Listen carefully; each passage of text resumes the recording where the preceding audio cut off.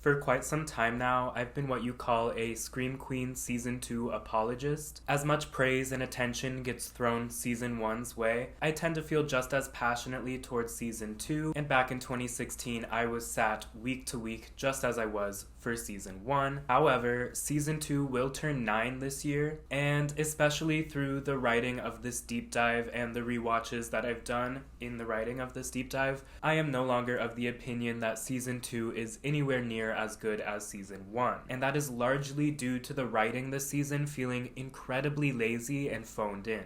That said, the season still does have a lot of good things going for it. The costumes and the set design are delivering. Although it is a different aesthetic than Season 1, it is executed with the same amount of attention to detail. And all in all, the set design and the costumes work together to create a really unique atmosphere and color palette. And also the cinematography this season is much campier and fun. And in that same regard, so are the death scenes in this season. And those two are also much bloodier. So if those are things you're looking for in Scream Queens, Season 2 does develop the show's aesthetic pretty significantly in those regards. That being said, I can't wait to get into all of the questionable creative choices, as well as some cringy online bonus content, and as always, lots of tangents and trivia too. But first, if you have not seen the deep dive I did on Season 1, I did it about a month ago. I had almost as good of a time as I did making this one, making that one, if that makes any sense. But anyway, compared to the previous deep dive I did, it's not getting the same amount of attention in terms of engagement and impressions and all of that nonsense. So if you could do me a favor, if you haven't watched that video, go ahead and check it out and then come back here, or don't, and just give this video a like and help boost this one's chances at getting shown to more people. It's all very unpredictable for me, but as you can tell, I've recently changed a lot of things about the channel and I'm making different kind of content. Anything you can do is greatly appreciated, especially if you do like these changes I've made. But yeah, give this video a like, subscribe if you're not already, drop a comment, who's your favorite character from Scream Queens. Those things hopefully will just tell YouTube that the audience is engaged, and then it will recommend the video to more people. But moving on, before we take the season episode by episode like last time, I want to give you guys some context when it comes to the season's production history. First things first, if you were a Scream Queens fan during its airing, you know that a Season 2 was definitely not a given. After Season 1 premiered under expectations and was never able to come close to the ratings of its premiere, fans were waiting with bated breaths for any news, hoping for the best but expecting the worst. Scream Queens came about during a humongous change in the face of television, as streaming was just about to start drinking all of cable's juice. For reference, both Scream Queens and Stranger Things premiered in the same year, and the latter was the first to prove that there was a promising future in original shows produced solely for streaming services. Likewise, Scream Queens also benefited from its episodes being available on Hulu the following day, and although there is no public data on the show's viewership on Hulu, it's safe to say that it was significantly stronger than its live viewership, as it is one of the main reasons cited in Fox's press release where they renewed the show for Season 2. The day that high school me probably screamed and jumped for joy in the middle of class at that news was January 15th, 2016. In addition to highlighting the areas where the Season 1 ratings were strong, the press release also revealed that the Queens would be switching locations from a college campus to a hospital, fueled by Ryan Murphy running his mouth before any deals were signed. He promised fans that a major male musician would join the show for Season 2.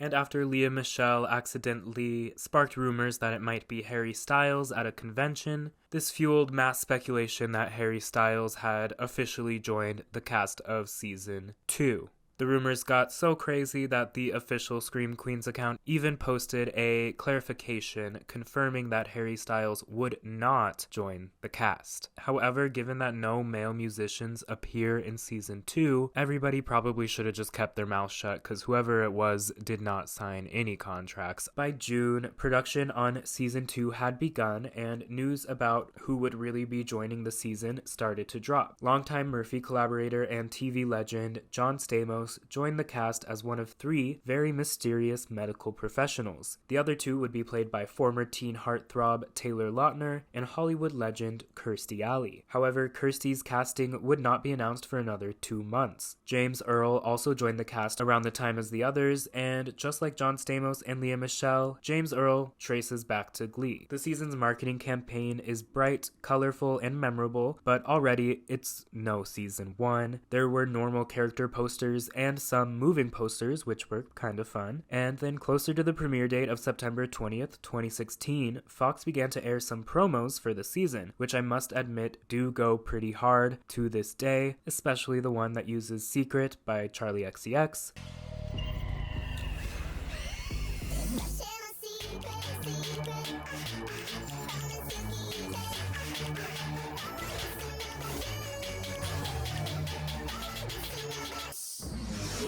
Almost there. Rise and shine, sis. If only you could see the look on your face. Priceless. Oh, hell no.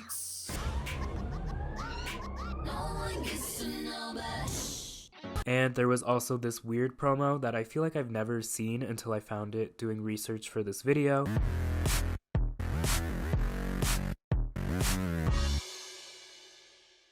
You may notice throughout the video, I've had to put this glow filter on the season 2 clips, and that's because for whatever reason, YouTube has been harder on this upload than the last one when it comes to allowing the clips from the episodes. I know this probably won't be a big issue to most, but if it will bother you, I want to let you know that an unfiltered version of the video is available to all patrons or channel members, and you can join for just $1.99 a month. So if you do want to watch this video without this glow filter, you can for just under $2. And you could also get a full slew of members-only videos that I've already produced and any that I may come out with this month, which there are a couple, and early access videos to almost all of my uploads if you do continue to stay a member for more than just this video. But I digress. Every surviving character from season 1 was announced to return for season 2 except for the Gardner bloodline, and obvious exceptions like Detective Chisholm, who survived the season, but I'm sure writers were not trying to find a way to shoehorn him into this one. And with all of that groundwork set, I think it's time we peek behind the curtain and see what surprises the writers have in store for us this season. They wouldn't do us wrong, right? Right?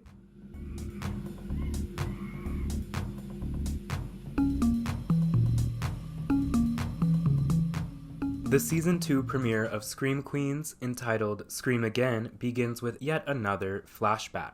This season takes us even further back than the last, as Season 2's mystery all hinges on the events of Halloween night 1985, where the staff at a hospital named Our Lady of Perpetual Suffering are dancing the night away with seemingly no patients to take care of. Well, except for Jane Hollis, whose husband Bill has COPD and is suddenly suffering from fluid in his lungs. While in the show, Jane Hollis is married to Bill Hollis, in real life the actress playing Jane is Trilby Glover, and she is married to Scream Queens co-creator Ian Brennan. And interestingly enough, their wedding seems to have taken place just 17 days before this episode aired. When Dr. Mike, played by Jerry O'Connell, and Nurse Thomas, played by Laura Bell Bundy, refuse to take care of Bill due to the holiday, Jane threatens to sue. This convinces Dr. Mike to tell Jane that he'll do her husband's life-saving procedure. But in private, Dr. Mike puts Bill under and then dumps his body into the swamp that's located directly behind the hospital. Nurse Thomas tells a story about how she used to live near this swamp and how there is a legend of a swamp monster that lived there. I grew up around here and the kids used to always talk about a monster that lived back here,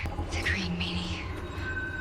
I remember watching this scene when it aired and thinking, no, this can't be what they're gonna call this season's equivalent to the Red Devil. But alas, get ready to hear me say Green Meanie repeatedly for the next few hours. And just in case anyone saw him, Dr. Mike removes his Green Meanie costume and dumps it into the swamp as well. Jerry O'Connell's inclusion in Season 2 marks another instance of a cast member being shared between Scream Queens and the Scream franchise, as Jerry O'Connell once played Derek in Scream 2, Emma Roberts of course played Jill in Scream 4, and retroactively speaking, Keke Palmer would go on to star in the 3rd season of Scream, the TV series, which rebranded that season with the title of Scream Resurrection in 2019. 2019. We then get a new title card for the new season, which I must admit is not my favorite. I think abandoning the pink blood drips from season 1 in favor of the bolder fonts from the marketing campaign is a bad choice. I'd much rather they did a similar blood drip effect as season 1 and maybe just swapped out the pink color for the teal that the season's marketing campaign and the hospital set emphasizes so strongly. But 31 years later, in 2016, Our Lady of Perpetual Suffering has been revived and rebranded into the Cure Institute by none other than former Dean of Wallace University, Kathy Munch, or as she now calls herself,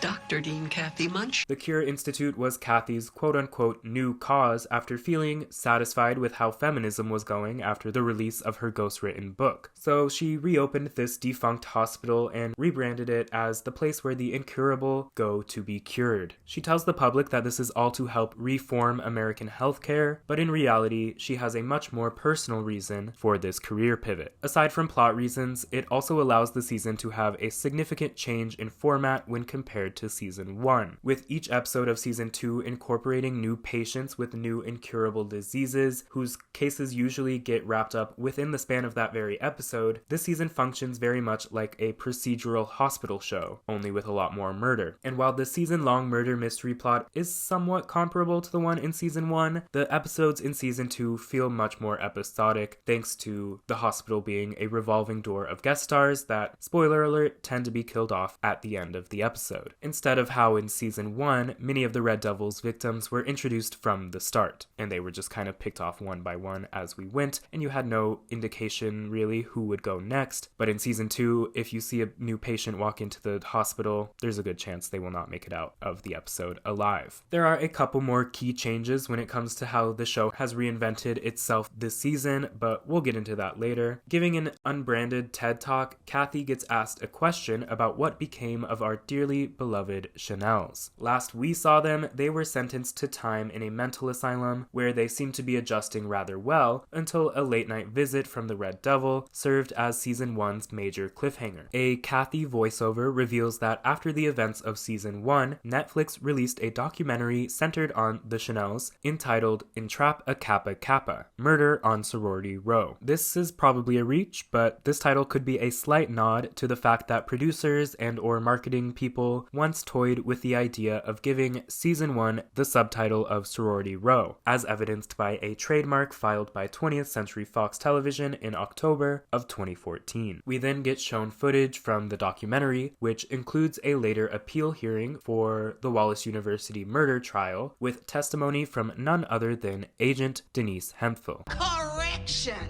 Special agent, huh?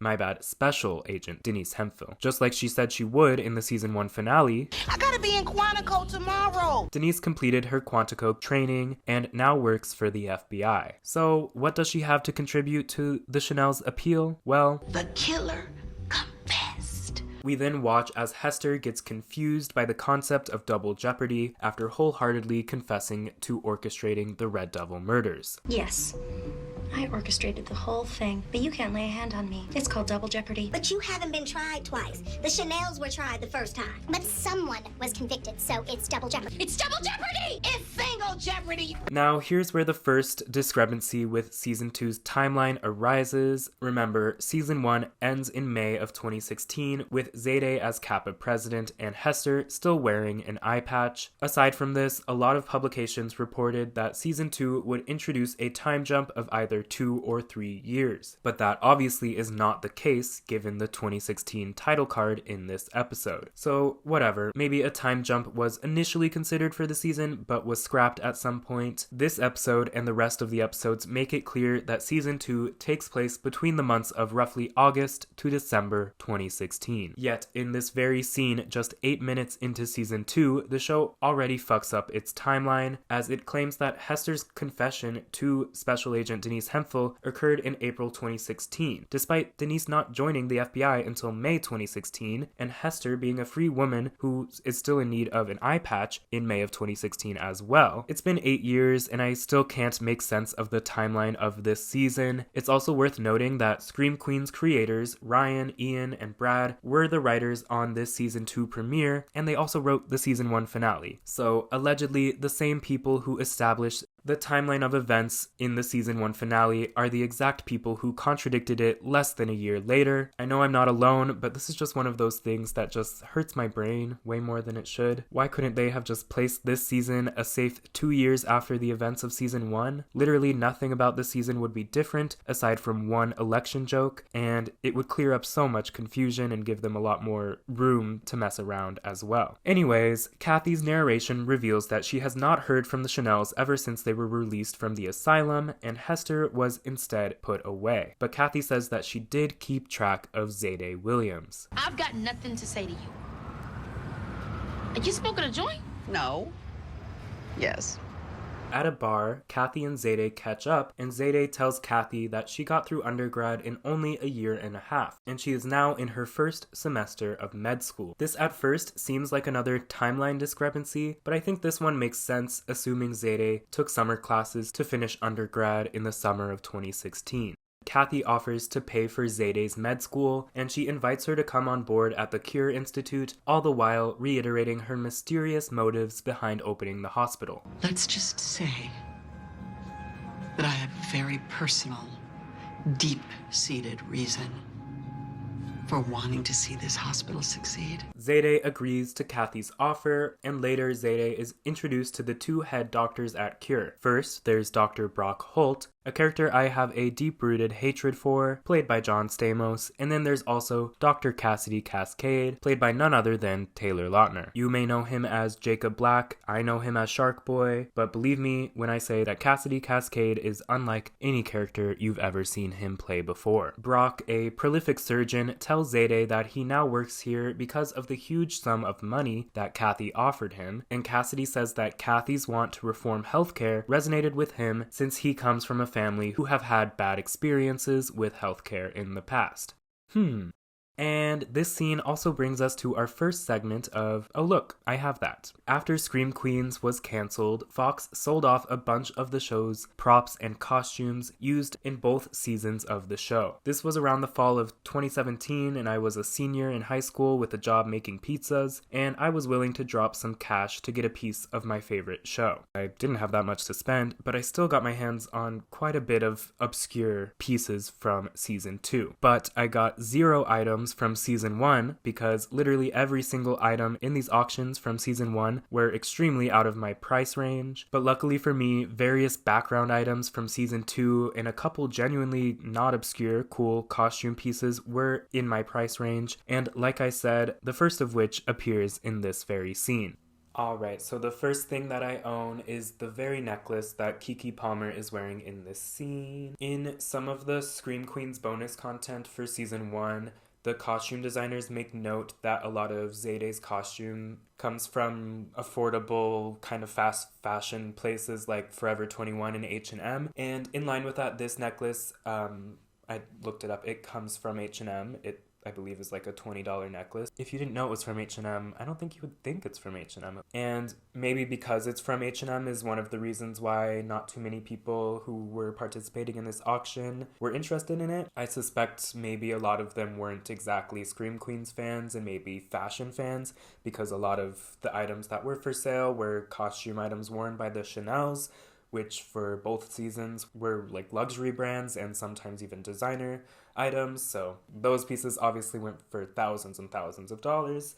Keke is also wearing another piece of costume in this scene that I own because it was a part of a pack essentially, so it was a bunch of costume items specifically for Zayde for this specific episode that I got like bundled together. So I also have this belt that she is wearing for a few scenes in this episode, if not all of her scenes in this episode. If I remember correctly, I think the item description had the source of where all these items came from. You know, the necklace came from H&M. This, I believe they said, was locally sourced at a vintage store, and it definitely feels like a vintage item. Looks like real leather, whatever kind of brass, gold, I don't know. I really like this one because obviously Keke Palmer had to wear that costume for however many hours she spent making that episode. And as a very big Scream Queens fan, I wouldn't notice this belt watching the show, but the fact that I own it, I'm gonna notice every time I watch that episode and be like, that's in my other room, that's on the shelf. And I have a couple items that are much more like recognizable. Like I would say Zayde's necklace is more recognizable because she also wears it in her character poster for this season. But I also really like the obscure things that you wouldn't exactly know are like television memorabilia, and so this is her belt. But back to the episode, Brock Holt then reveals to Zayde his tragic backstory, which involves his hand ending up getting chopped up in a garbage disposal, resulting in him being the recipient of a hand transplant. And later, Zayde discovers that Cassidy is as cold as ice. I envy ice. At least if you give it warmth, it melts. We then catch up with a cure patient that was introduced earlier in the episode, Catherine Hobart, who suffers from something colloquially called werewolf syndrome, but also known as hypertrichosis. All of the incurable diseases brought up in Scream Queens Season 2 are based in real-life diseases or medical anomalies, but as you'll see, the show will take these conditions to some campy and comedic extremes. Catherine is played by SNL alum Cecily Strong, and her session with the docs is interrupted by another brand new character, Chamberlain Jackson, played by James Earl. In Scream Queens, Chamberlain is the hospital's newly hired over Craigslist candy striper. In this scene and the next scene, Zayde is wearing 3 other pieces of wardrobe that I have somehow ended up owning. So let's go back to on-camera me with another I Have That segment. Alright, so in this scene, Zayde wears a couple pins on her, like, doctor's coat, and I have 2 of them, and they're definitely up there for, like, my favorite items that I own. So the first one is, oh my gosh, they're a little dusty, I haven't exactly worn them. The first one is this eye pin that Zayde is wearing in this scene, and also in the character poster for the season, just like her necklace and the other pin that I have. This one isn't the most like unique item because I've seen this thousands of places. I think they probably sell this eye shape at like the craft store. Like I remember Sasha Velour wore a very similar pin on her entrance look, and someone recently on Drag Race España did like an entire look made out of these exact pins. So they're not like, this isn't like a one-of-a-kind unique item. However, it is the one that she wore on the show. The next pin I have that Zayde wore in the promo poster and in this scene is more of a collar clip, I believe they're called, but they are these 2 lavender hands with little pink nails. I love them. They are glittery as well. Like if they weren't so like special, I would wear the hell out of them. These ones were actually made by a artist, jeweler, I guess, by the name of Barry Diamond, and there's a logo on the back that says that. At the time that I got these, the Barry Diamond store was still selling and making pins like these, and of course I was too busy buying Scream Queen stuff to buy those pins, but I should have, because if there have been drops since then, I've definitely missed them, and every time I do check up on this store, the artist that runs it is doing different things. She works in textiles more, like sewing and patterns and stuff like that. So in a way, that makes these like even more like special because they're not easy to come by. Like I want to wear similar hands that aren't from the show, but I can't because the store is never open. Definitely one of my favorite pieces. Ooh. And they are maybe the hardest to photograph. Now, back in the scene, Zayde tells Kathy that the hospital could use some more ladies on its staff, and Kathy says that she's got an idea. And then 18 minutes into the episode, we finally catch up with the Chanels, who are now social pariahs due to the Netflix documentary, shedding light on what terrible people they actually are. Having been disowned by all of their families, the 3 Chanels decided to stick together, and they went back to college together where they all got degrees. Somehow, this all happened only 4 months after they were locked up in an asylum, so the show wants us to believe that they somehow finished 3 years of schooling in 3 months or less. The timeline absolutely falls apart at this point, but I'm sure the showrunners just expect us to ignore this confusing detail. But again, I will not be ignoring any instance of confusing timeline activity if it's the last thing I do. Chanel number 5 now has a job as a receptionist at a dentist's office. Chanel number 3 is a janitor at a fertility clinic, and Chanel Oberlin is now a phlebotomist as she has discovered a newfound passion for blood. I love blood.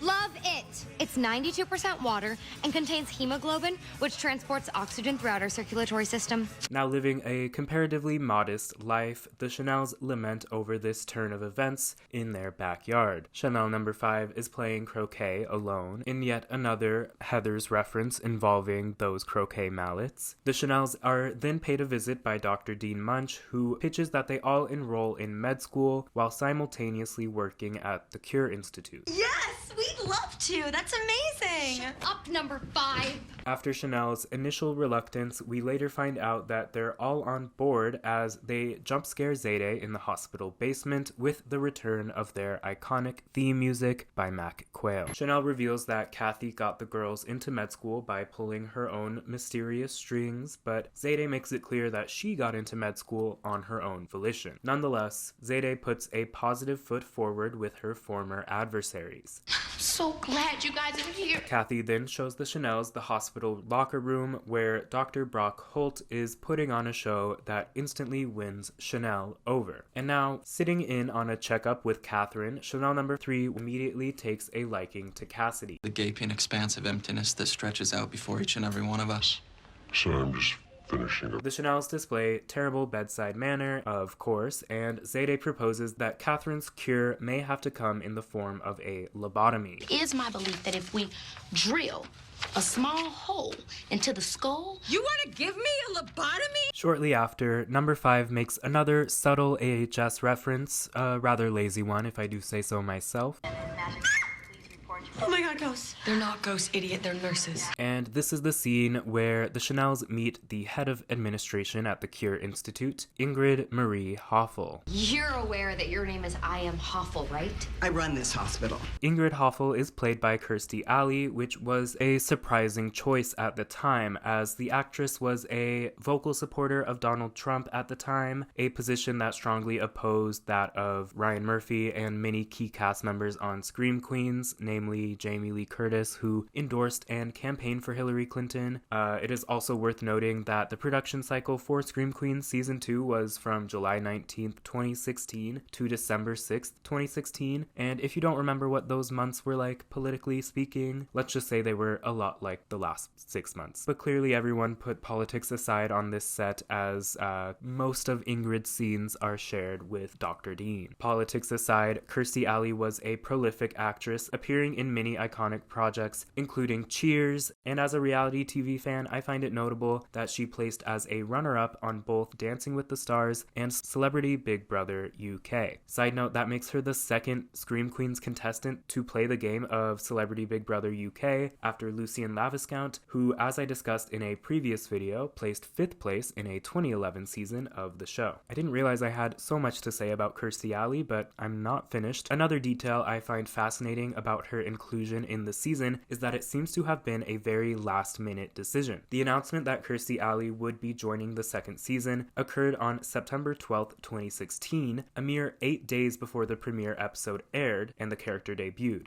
Comparatively, new cast members like John Stamos and Taylor Lautner had been announced way back in June and July when the production for the season actually began, as this is the first of Ingrid's 2 incredibly brief appearances in this episode. She has similarly sporadic and separated appearances in the early episodes of the season, only for her role to become much more integral in episode 6. I honestly do think she was cast significantly after production began, and they inserted her character into the early episodes with scenes like this that are disjointed from the rest of the episode, but still introduce her character to the audience. In the scene, Ingrid makes her stance on the Chanels very clear. Little girl, just so we're clear, I don't like you. In their new apartment paid for by the Dr. Dean and seemingly furnished by Nickelodeon, Chanel number 3 and number 5 play with Snapchat filters on their iPhone 6s, how very 2016 of them. Also, I guess the partnership with Samsung that the show clearly had in season 1 did not carry over into this season. Chanel laments that her dreams of becoming a network news anchor have gone out the window, but she quickly rebounds at the thought of her and the Chanels becoming medical correspondence for Fox News. Chanel tells the girls that they will pull an all-nighter and find a cure for Catherine in order to prove to Kathy to let them continue their medical courses, after their poor bedside manner caused her to put them on academic probation. During the aforementioned all-nighter, Chanel sneaks away and goes over Catherine's file with Dr. Brock. They get weirdly flirtatious and Brock's hand gets uncomfortably close to Chanel's neck. But nonetheless, they come to the conclusion that Catherine's diet is boosting her testosterone. So if they introduce dihydrotestosterone, she should lose all of her body hair. Listen, I am not here to fact check this show, but I'll go out on a limb and say that it's probably not super accurate medically, considering how they've given themselves the impossible task to literally cure diseases with no known cures. Catherine's lobotomy is aborted and Chanel rubs her medical prowess in Zayde's face. This scene takes place in the operation room and it is the first instance of Chanel number 3 wearing rubber gloves over her earmuffs, something that continues throughout the season. The Chanels then have a hallway strut to their theme song.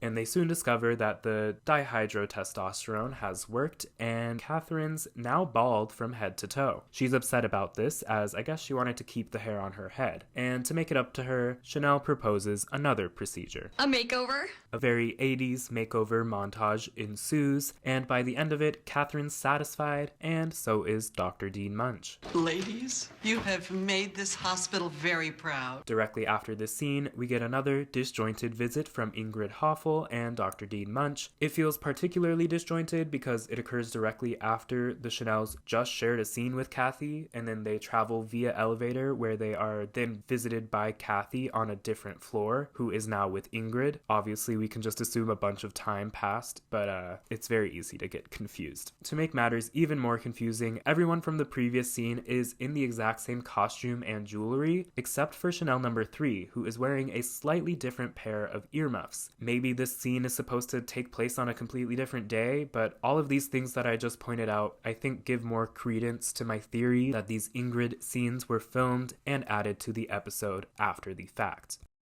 Ingrid is harsh on the Chanels, and in private, Kathy encourages this. And with just a minute and 39 seconds of screen time, that's the end of Kirstie Alley's appearances in this episode, which only establishes her mysterious vendetta against the Chanels and no clear backstory. In the next scene, the writers make it clear how much they remember about season 1, referencing the epilogue where Chanel and Chanel number 5 got along in the asylum due to the meds that number 5 was prescribed with. Remember back at the asylum when we were really close and... First of all, I'm not the one who decided to stop taking her meds when we got released. Yet clearly, they didn't put enough thought into remembering that exact episode since they contradict it so much in this episode. I can't stress this enough, the people who wrote this episode are the same ones who wrote the season 1 finale. They're the creators of the show and they can't even confidently say when either season takes place in relation to each other. Chanel says that Kathy has lifted their academic probation, and she also tells number 5 that she'll have to work the graveyard shift alone since tonight Chanel has a date with Brock and number 3 has a date with Cassidy Cascade. This scene ends with a rare instance of number 3 joining in on the number 5 pile-on.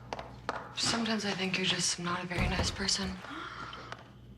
During the graveyard shift, Chanel number 5 draws a couple of hot baths to do hydrotherapy with Catherine, and she ends up locking them both in the tubs. But don't worry, she says that she told Chamberlain the candy striper to come let them out in an hour. Of course, this leads to our first official introduction to this season's masked killer in all of his glory, as he puts on a record, dances around with his machete, while leaving a long trail of green slime footprints. Catherine negotiates with the green meanie, but it's no use as the swamp goblin decapitates Catherine with one swing of his machete. If I had a nickel for every time a former SNL cast member got decapitated on this show, I'd have 2 nickels. Which isn't a lot, but it's weird that it happened twice. And with that, Season 2, Episode 1 ends. Rest in peace, Catherine, by the way. Despite Season 2 not featuring the return of the title sequence, which of course only appeared during one episode of Season 1, the Season 2 end credits do feature the return of the official Scream Queens theme song, You Belong to Me, by Heather Haywood. I already harped on the timeline inaccuracies enough. So all of that aside, I think this season 2 premiere episode unfortunately was just adequate. At the time that it aired, I was pretty blinded by excitement. I fully didn't expect a season 2 at all, and so that excitement and how young I was deterred me from the problems with this episode that are as clear as day. Later episodes in the season are mostly better, albeit some are much, much worse, but for me this episode just feels unbalanced. It takes its time reintroducing our main cast members, and that doesn't really leave us a lot of time to be sold on the season's procedural elements, which are integral to how this season's formatted. And this episode also doesn't give us any hook or insight in regards to the murder mystery aspect of the season, which for season 1 at least was part of its identity. And in that same regard, the serial killing doesn't actually begin until the last 3 minutes of this episode. Structurally, the show has changed quite a bit when compared to season 1. All the hospital changes aside, the season feels a lot less streamlined when it comes to its characters and their storylines in any given episode. It kind of feels like some characters take turns on when they're going to have a presence in the episode, and then major characters take an entire episode off and it's just not acknowledged, and things like that happen. But also with its comedy, season 2 has a far less heavy focus on the Chanels being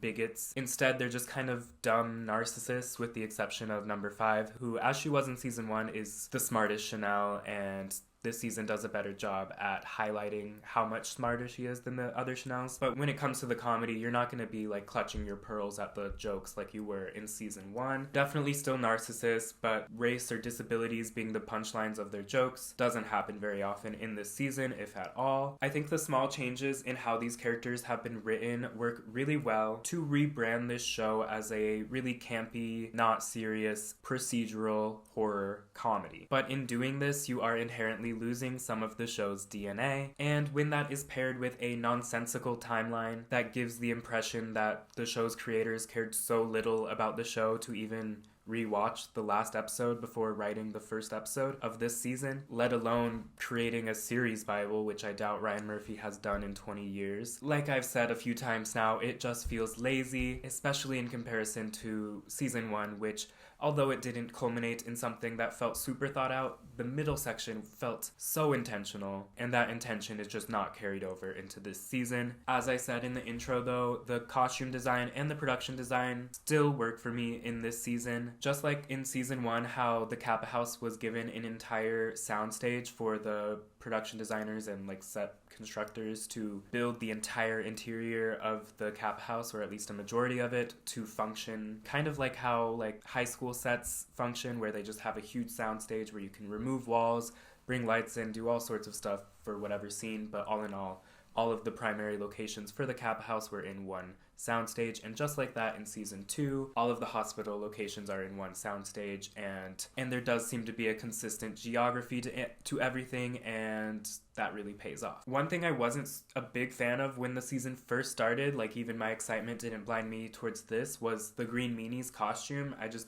didn't like it, and I think it was because I was a really big fan of the Red Devil's costume. I just found it to be like iconic, I guess. The Green Meanie just stylistically is completely different from the Red Devil, so I don't think I was responding to that. And had they designed a swamp monster that looked more like a mascot, I probably would have been more pleased, but that doesn't make sense to what the costume is meant to represent in this season. And as 9 years have passed, I think I might even prefer the Green Meanie's costume to the Red Devil's. That might be sacrilegious, I don't know if I actually believe that, but it definitely holds its own, and I really do like it nowadays. Back to the sets though, one set I don't like is the Chanel's apartment. I get that it's because the Chanels are broke and they're not furnishing this apartment themselves, but that doesn't make the set any less ugly, and I do think they missed an opportunity to Chanelify this set as the season went on and the Chanels got more wealthy, because as you'll see as the season goes on, the Chanels do regain their wealth, but it's never reflected in their apartment. All in all, the episode is a mixed bag, but by the end of it, it does just enough to start to sell the concept of the season. Before we move on to episode 2, as a little monster, I must note that the season 2 premiere of Scream Queens was also the television premiere of Lady Gaga's music video for her lead single, Perfect Illusion, off of her then upcoming Joanne album. Murphy had stated in interviews a few times that Lady Gaga was was a Scream Queens fan, and the 2 years that Scream Queens aired just so happened to be the 2 years that Lady Gaga was on AHS, so the two worlds were so close that they were bound to collide in some way, and this was that collision.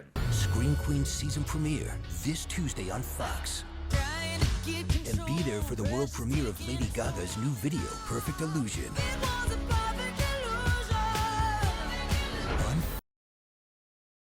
Episode 2 picks up shortly after Episode 1 left off, revealing that after the Green Meanie decapitated Catherine, he left number 5 alone because Chamberlain showed up in the nick of time. In this opening scene, we get a fun long take as an unnamed detective interrogates number 5 and implicates her as a suspect. It seems that incompetent cops are just a universal thing in the Scream Queens universe, which definitely tracks with about 90% of other police departments from slasher films. This long take opening is an early instance of this season's increase in creative cinematography choices. That's not to say that season 1's cinematography wasn't creative, but I think we'll see as this season progresses that it feels like the DP and the camera crew are opting for camera setups and movements that carry over the campy tone of the writing to its visuals to an even higher degree, and all in all it just feels like they were having a blast while shooting this season, and I think you'll know what I mean when we get to some more shots like this. Speaking of the show's visual camp, season 1 had a motif of interior scenes taking place at night consistently having a green hue coming from the exterior, and that is carried over into this season as well, but it is even more drastic as evidenced in this scene. Season 2 visually is like if you swapped the pink of season 1 for teal and upped the saturation to 100, and the result somehow works for me, and it also gives the season a distinctly 80s feel. The long take continues as number 1 and number 3 enter and agree with the detective that number 5 must have murdered Catherine. I know you guys won't be able to see this one take in its entirety, but the shot culminates in the detective giving up on the case of Catherine's murder due to insufficient evidence. All right, I don't think we're ever gonna really know what happened here. What? Sorry, sweetheart, the evidence is just inconclusive. You may get the impression that this comically bad detective may serve as this season's stand-in for Detective Chisholm, and you'd actually be wrong about that, as she literally never appears again in the series after this one scene, or should I say shot. All in all, the shot lasts for 2 minutes and 25 seconds, and the episode continues with the introduction of this episode's incurable patient, Tyler. Tyler is played by Colton Haynes, who was hot off of a series of CW roles, and in Scream Queens, he is subjected to what must be a horrendous hair and makeup process. Tyler has neurofibromatosis, a condition that causes the affected to be covered in tumors, and he desperately wants to be cured. The team thinks that his cure may come in the form of an expensive giant laser, which Tyler cannot afford. So much for reforming healthcare, you guys. Elsewhere, Dr. Dean asks Zayde if she knows of any New Guinean restaurants in town. She doesn't, and as bizarre as it sounds, this is actually a setup to a rather questionable plot point in the season that comes to light towards the tail end, so just put a pin in that for now. After that encounter with Kathy, Zayde runs into Chamberlain, and she begins to share her curiosity towards the true reason why Kathy opened this hospital. She also reveals that Kathy was still in the building when Catherine was murdered in the bath. Hey, wait a minute, was the first murder in season 2 taking place in a bathtub a reference to season 1's bathtub? If so, that went way over my head for about 8 years. Anyways, Kathy was apparently in the building at the time of the murder despite saying goodbye to various staff members. So Zayde is thinking that Kathy may have orchestrated this entire hospital hustle in order to lure the Chanels in and get revenge on them, which would explain why she gave them these jobs despite having a humongous hatred for them. Zayde proposes that Chamberlain join her for an investigation into Dr. Dean, Kathy Munch. Then Dr. Brock and Chanel go on their rescheduled first date to a double feature of Pieces and The Hand. Pieces is a 1982 Spanish-American slasher that centers around serial murders on a college campus. Sounds familiar? And then The Hand is a horror film about a severed hand with a thirst for murder, something that will soon sound familiar as well. During the movie, Brock's hand begins behaving as if it has a mind of its own, just like in the movie. Hey, secret I've just asked. I know. Up here.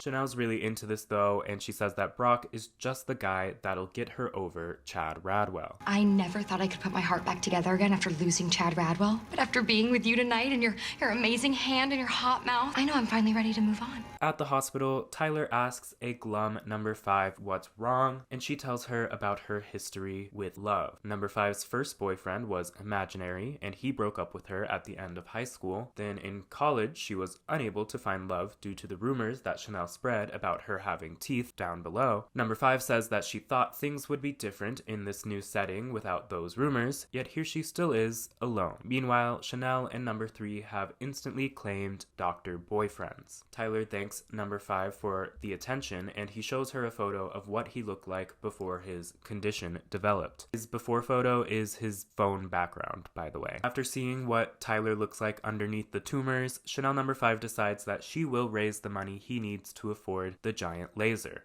Later, it's Chanel's turn to work the night shift, where she soon finds herself in the presence of an old friend. Following the sounds of distant screams, Chanel is confronted by the Red Devil, who chases her through the hospital halls with an axe. Chanel trips, and the Red Devil begins to start breaking out in laughter and removing his mask to reveal none other than Chad Radwell. Chanel then quickly explains the season 1 cliffhanger from when the Red Devil confronted her in the asylum. It wasn't funny when you snuck into the insane asylum in the middle of the night and scared me in my bed, and it's not funny now. I thought it was pretty funny. Maybe not Happy Gilmore funny, definitely Big Daddy funny.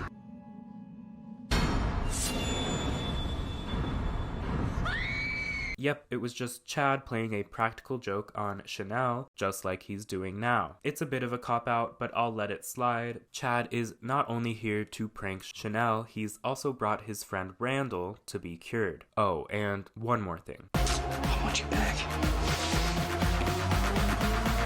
Randall is suffering from constant screaming following a hunting trip with Chad and a handful of celebrities, including Ruth Bader Ginsburg and Liz Cheney, the latter of which Randall ended up shooting in the face. So we're on our annual quail swim with the Ordens brothers, RBG, Bill Parcells, Ted Danson. A couple stragglers take off after the first volley of shots. Randall lowers his gun to take him out when all of a sudden Liz Cheney pops out. Randall lowers his shotgun, shoots her right in the face. Boom! Hope she was okay. No, I don't. She's awful. Dr. Brock diagnoses Randall with jumping Frenchman of Maine disease, something that was likely triggered when Randall shot Liz Cheney. Then number 5 produces a PSA/fundraiser for Tyler, which the other Chanels shoot down, saying how if Tyler's cured, he'll essentially be out of number 5's league and won't want to date her. But if number 5 were to stick with Tyler, warts and all, then if he ever gets cured, he'll feel obligated to stay with her. In a later scene, Zayde and Chamberlain exchange some of their recent findings, but before we get into that, it's time for a quick I Have That. Alright, this is a rather small piece of background stuff that I have from the show that was really cheap to get my hands on. They are these 2 prop binders. They really could be anywhere. Every time I see the spinny binder carousel that's in the center of the nurse's station, I can't really find any that match exactly, and obviously that is what gets the most screen time when it comes to binders on the show, which I'm sure we all think about so much. But anyway, these ones, to me, feel like they fit in this section, this one specifically. But there are a couple, shots throughout the season where you can see other binders very similar to these 2, in the nurse's station on different, desk or counter spaces. So, in reality, I can't place exactly what binders on screen these are, but I do know that they are 2 of them. Chamberlain brings Zayde down to the basement to project some old newspaper clippings he got from the library. Which library? As our new duo of amateur detectives learn about a horrific event that occurred at the hospital 30 years earlier, no, it wasn't Dr. Mike's murder of Bill Hollis in 1985. It was instead something that occurred exactly 1 year after that, when the entirety of the hospital's staff was murdered on Halloween night, 1986. We then get a flashback to that fateful night, where we catch up with Dr. Mike and Nurse Thomas with a subtle reference to season 1. Hey, do you guys want to go get some cocaine with us? Not while Mad About You's playing. In the flashback, the aforementioned 1986 hospital massacre occurs, with a lot of visually inspired kills that start to establish that this season is not going to be holding back when it comes to death scenes. Leaving the basement, Zayde and Chamberlain run into a pill-popping Ingrid Hoffel, who requests Zayde give her detailed information on the Chanel's daily schedules, and when Zayde refuses, Ingrid throws her pills at her. It's another inconsequential scene that sets up when Ingrid actually gets involved with the plot later in the season, but it has no impact on the events of the rest of the episode. So again, I think this scene was a late addition to this episode as well. Chad and Brock then compete for Chanel's affection in a self-awarely homoerotic shower scene. The only dude in the shower that's ever gonna check Chanel's box is me. Oh, before this gets any more homoerotic, I don't think that's possible. I'm gonna do something I hoped I wouldn't have to do. Chad then challenges Brock to a game of squash to determine who gets to date Chanel, and Brock agrees to this challenge. Number 5 goes on a date with Tyler, where he is berated by a couple of guys based on his tumors, and Number 5 promptly beats them up in a similar fashion to the cafeteria fight from season 1.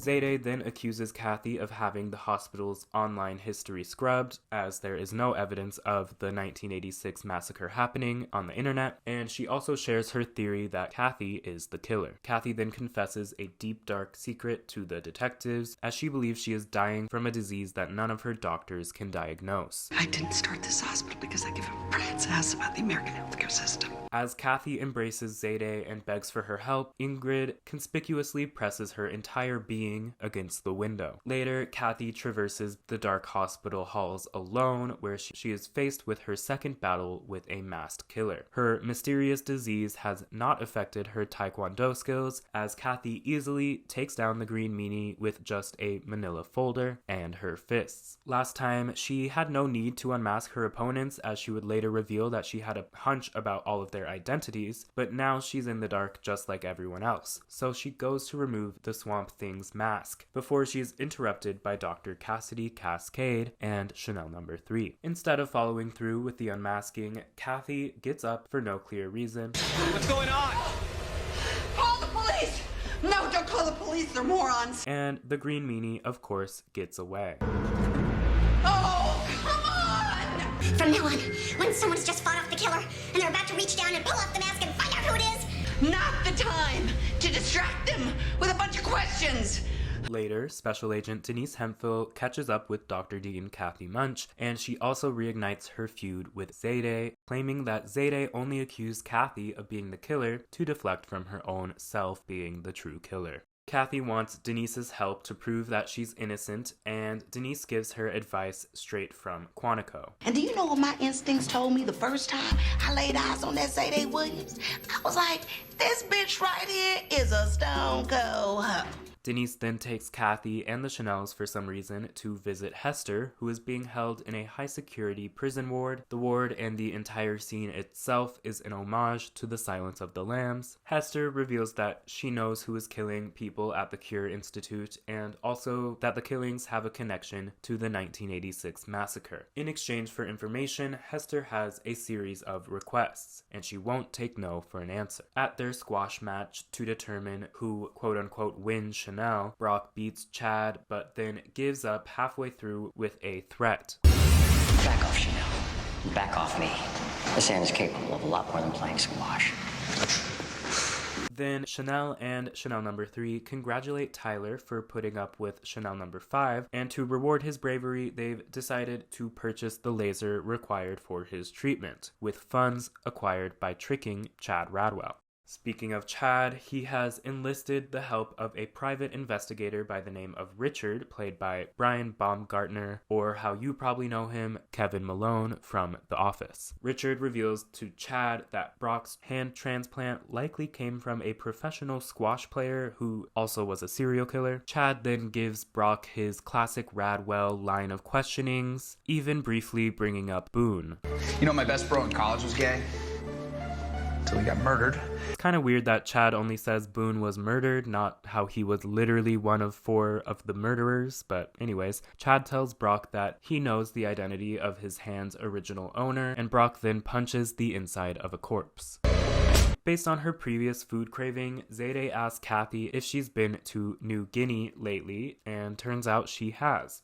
Kathy then tells a racist story that leads the amateur detectives to believe that Kathy has Kuru, a disease that someone gets after eating human brains. Zayde then gives the Dr. Dean some bad news.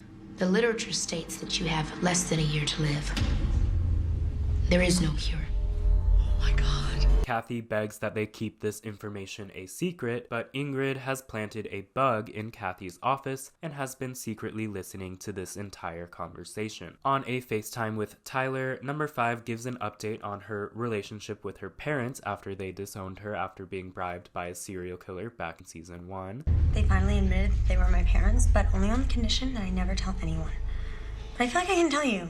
Number 5 and Tyler then make it boyfriend-girlfriend official before Tyler is taken away for his surprise surgery that no one knew about. Realizing this must be a death trap, number 5 and the Chanels rush back to the hospital, but it is too late as Tyler is already being sliced and diced by a laser at the slimy hands of the green meanie. Number 5 grieves as Chanel declares, Ladies, we have another serial killer on our hands.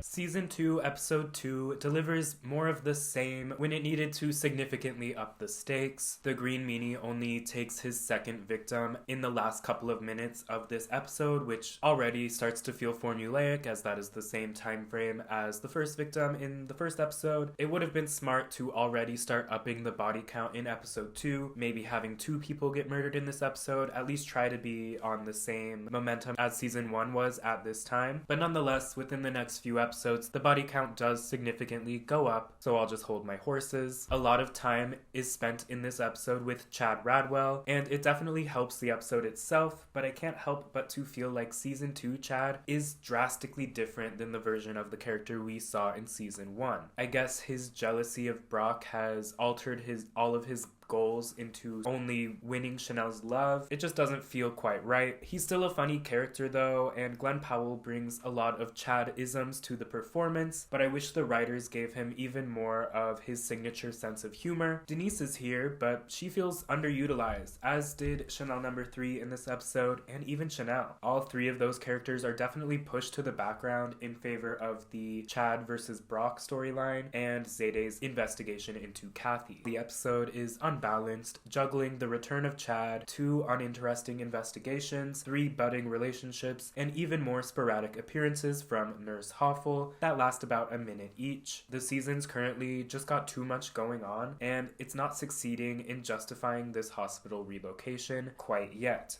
But just as Kylo Ren once said, sometimes you need to let the past die and kill it if you have to. And I think for better or for worse, the writers must have just watched The Last Jedi before they wrote the next episode, Episode 3, because they do exactly that, and the season is eventually able to fall into a more entertaining and cohesive groove, at least for a bit. I can't say it stays that way. To celebrate the return of what was at the time and still remains a fan favorite character, Chad Radwell, Glenn Powell partook in some good old-fashioned bonus content.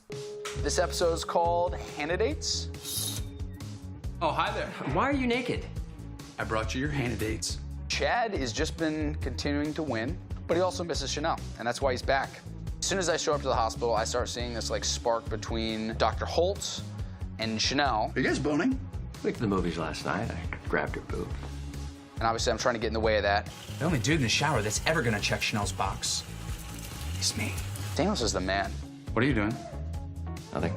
I'm placing my hand on your shoulder in a way that subtly asserts my dominance. I didn't expect him to be this cool. He's kind of a little bit of an icon. I really like him. It's nice to be in season 2 here. It's a family at this point. It's the best. Watch Scream Queens. Episode 3 is called Handidates, since one of its major focuses is finding a new non-serial killer hand for Brock Holt. I think a lot of my dislike for the character of Brock comes from this hand plotline. For whatever reason, I just could never give two Fs about Brock's hand, so the fact that it's one of the only things his character gets boiled down to, and the fact that this season has not one, but 2 episodes named after and centered around his boring-ass hand, just makes me wish the writers chose anything else in its place, or at the very least made Brock an interesting character outside of his hand transplant. But in reality, there's not much to Brock's character outside of his hand. We haven't even started the episode and I'm already ranting about the hand. I'm sorry. The episode begins with a slightly different delivery of Chanel's line of dialogue that ended the previous episode. Ladies, we have another serial killer on our hands. Ladies, we have another serial killer on our hands.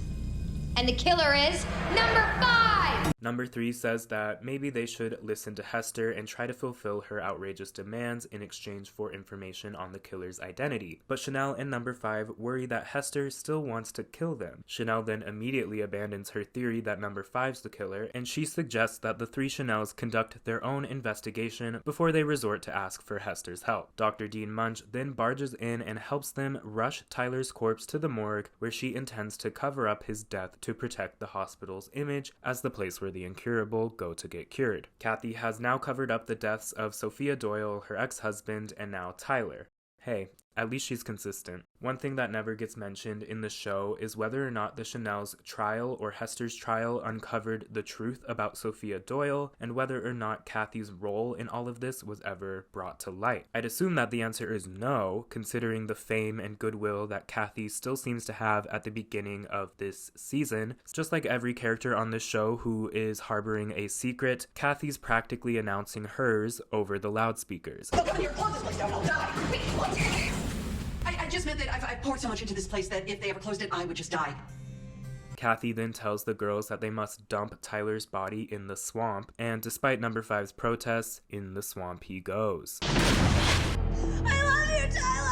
The scene is really rushed and doesn't last very long at all, so you don't exactly get time to register what I'm about to say fully, but this entire scenario serves as a parallel to season 1, where in the 1995 flashbacks, Kathy forces the 3 Kappa girls, Coco, Mandy, and Bethany, to help dispose of their friend, Sophia Doyle's body. Again, if you're slowing down the episode and pausing to take notes like I am, this feels like an intentional parallel, but if you just watch this scene play out in real time, they jump over this so fast that it doesn't seem all that intentional. So whether or not it is, in these first few episodes, the show is making near constant references to the first season, even if it's just references to running gags. But a lot of those references feel a little forced, but on paper I do actually like this parallel. I just wish they gave the scene more room to breathe and let this cover-up have any sort of weight, because it really doesn't, especially compared to the cover-up of Sophia Doyle. But anyways, we then catch up with Chad's friend Randall, who then answers my complaints about the green meanie deaths formulaically happening in the last 2 minutes of the previous 2 episodes, as after waking up to discover his jumping Frenchman of Maine disease has been cured, Randall is killed in what I would say is the bloodiest murder of the show thus far, aside from maybe the exploding pizza guy.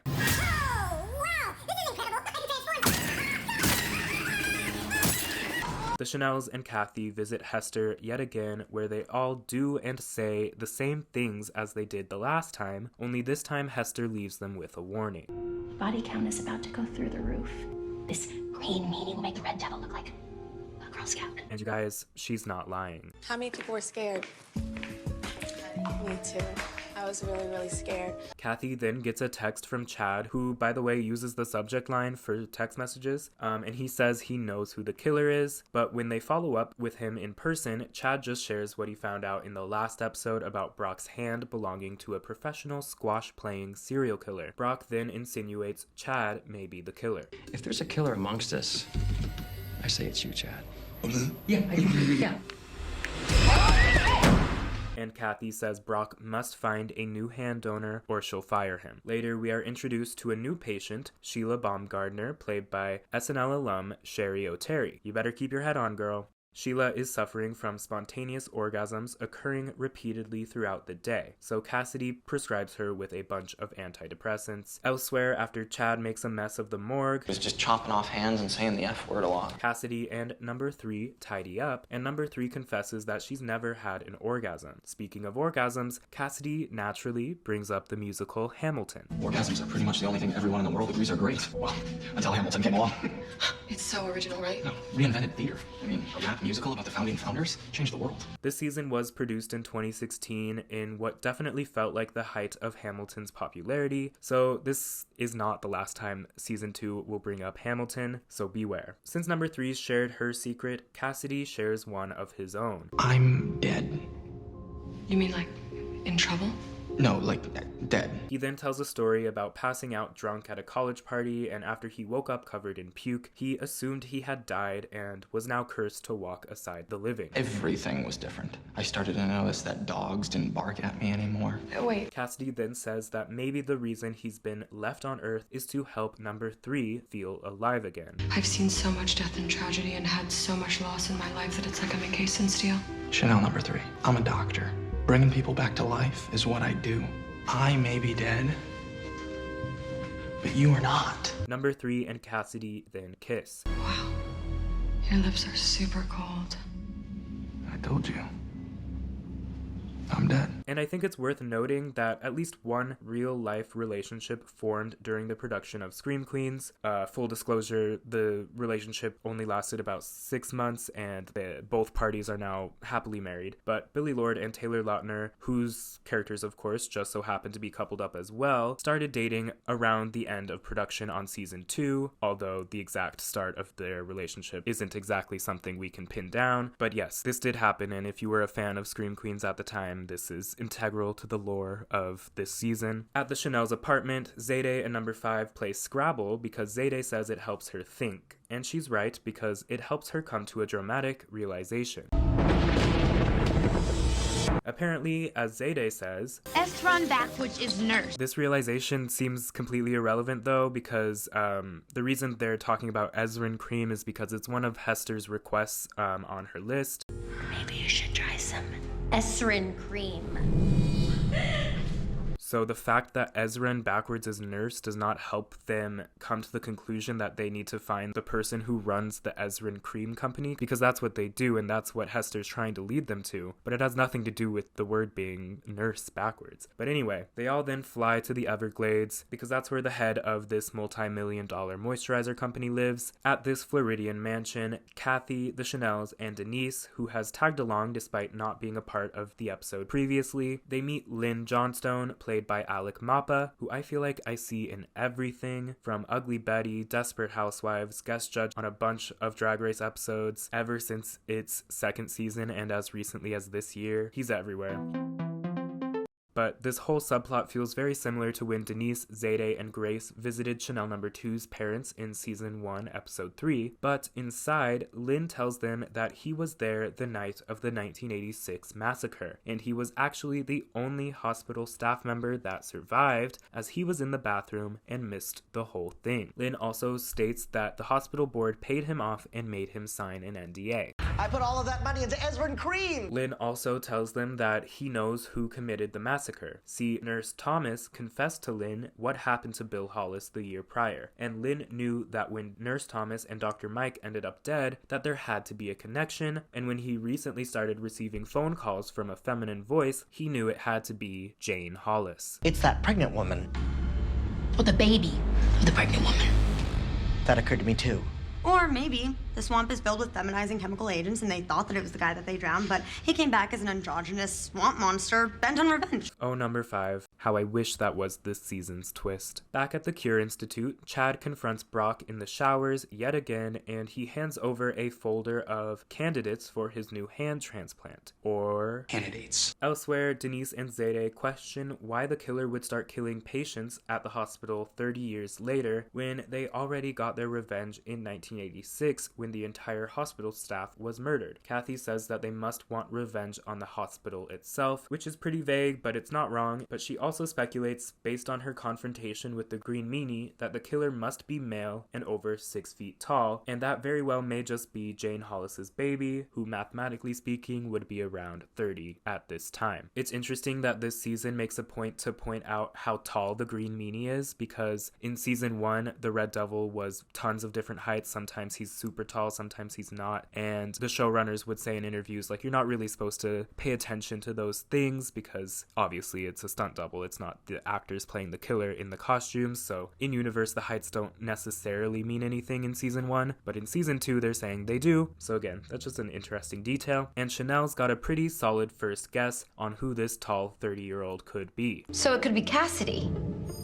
They also suggest it could be Chad Radwell, since he apparently was held back for 8 consecutive years in the 2nd grade, which means he's 30. And number 3 says that it could be Chamberlain. Chamberlain? I have to go.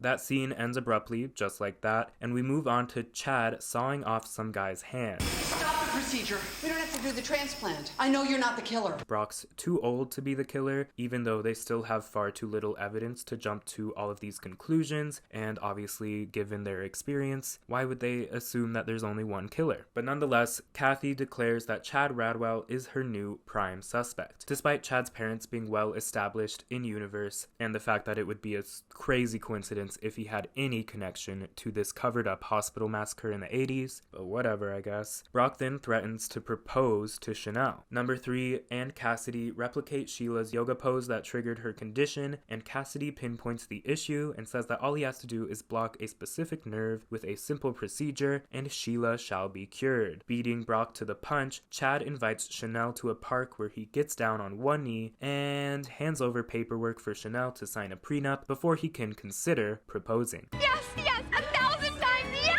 Cassidy conducts Sheila's procedure and makes out with number 3. Back in their favorite hangout spot, the locker room, Chad asks Brock to be his best man because all of his friends are dead and he is worried about getting cold feet at his wedding with Chanel, which apparently is tomorrow now, despite him never proposing to her, just giving her the prenup. Whatever, I guess. Brock agrees to be Chad's best man. Hookers to celebrate? Let's not. Meanwhile, Chanel shows the girls her huge engagement ring that, she got off screen, and Chanel also asks number 3 and Zayde to be her bridesmaids, and number 5 her ring bearer. Zayde and Chamberlain escort Sheila out of the hospital having been successfully cured. You're the first patient that's been able to get cured and survive. Excuse me? Nothing. But just then, from across the hallway, the Green Meanie throws his blade in slow motion as good old Sheila becomes a part of 2 curses. She is the 4th patient to be murdered at this modern reopening of the hospital, and she is also the 3rd SNL cast member to have her character on Scream Queens end up decapitated. This is another kill scene that's totally over the top when it comes to slow motion, the prosthetic head, the blood, you name it, but it totally works, and it might just be my favorite kill of the season, but there are definitely some later on that come close. R.I.P. Sheila. The Green Meanie also gives Chamberlain a light stab, but I think he'll be alright, and Zayde challenges the killer, but instead, the Green Meanie retreats. Denise and Zayde orchestrate for Hester to be released from her cell, relocated to the basement of the Cure Institute, since her Ezrin Cream lead led them closer to the truth behind the Green Meanie's identity, and Denise grills Hester on the identity of the killer before he kills again.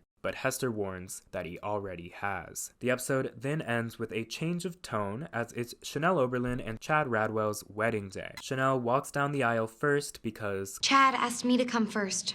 He said I should get used to it. Sure, whatever. But the wait for Chad's arrival becomes uncomfortably long before something starts to drip from the ceiling. It is not long before a body comes crashing down, and it's none other than our dearly beloved Now, this is, of course, a very uncharacteristically sad and significant death for the show, and killing off a fan favorite character did not come without some controversy amongst the Chad fans. And as I've said before, I think that this season's take on Chad Radwell was already doing a disservice to season 1 Chad, but having 3 memorable and well-executed death scenes within this specific episode definitely does go a long way, and one of them being a character that carries so much emotional weight for every other character on this season allows for a heightened sense of danger amongst the other characters that wouldn't be there had the Green Meanie stuck to only killing patients and characters that the audience or the other characters have no strong bonds with. We'll see how long that lasts though. Chad's death is how this episode ends, but before we move on, I do have that. So what do I have from this infamous death scene? Well, it's this suit, but before you get too excited, I don't believe it is the one worn by Glenn Powell. I believe it was only used by a stunt double. I don't remember if this was exactly clear to me when I bought it, but I don't really care. It has a label that says Stunt Chad. And then also if you compare this blood stains on the bow tie, it does not match up with the suit that Glenn Powell is wearing in the scene.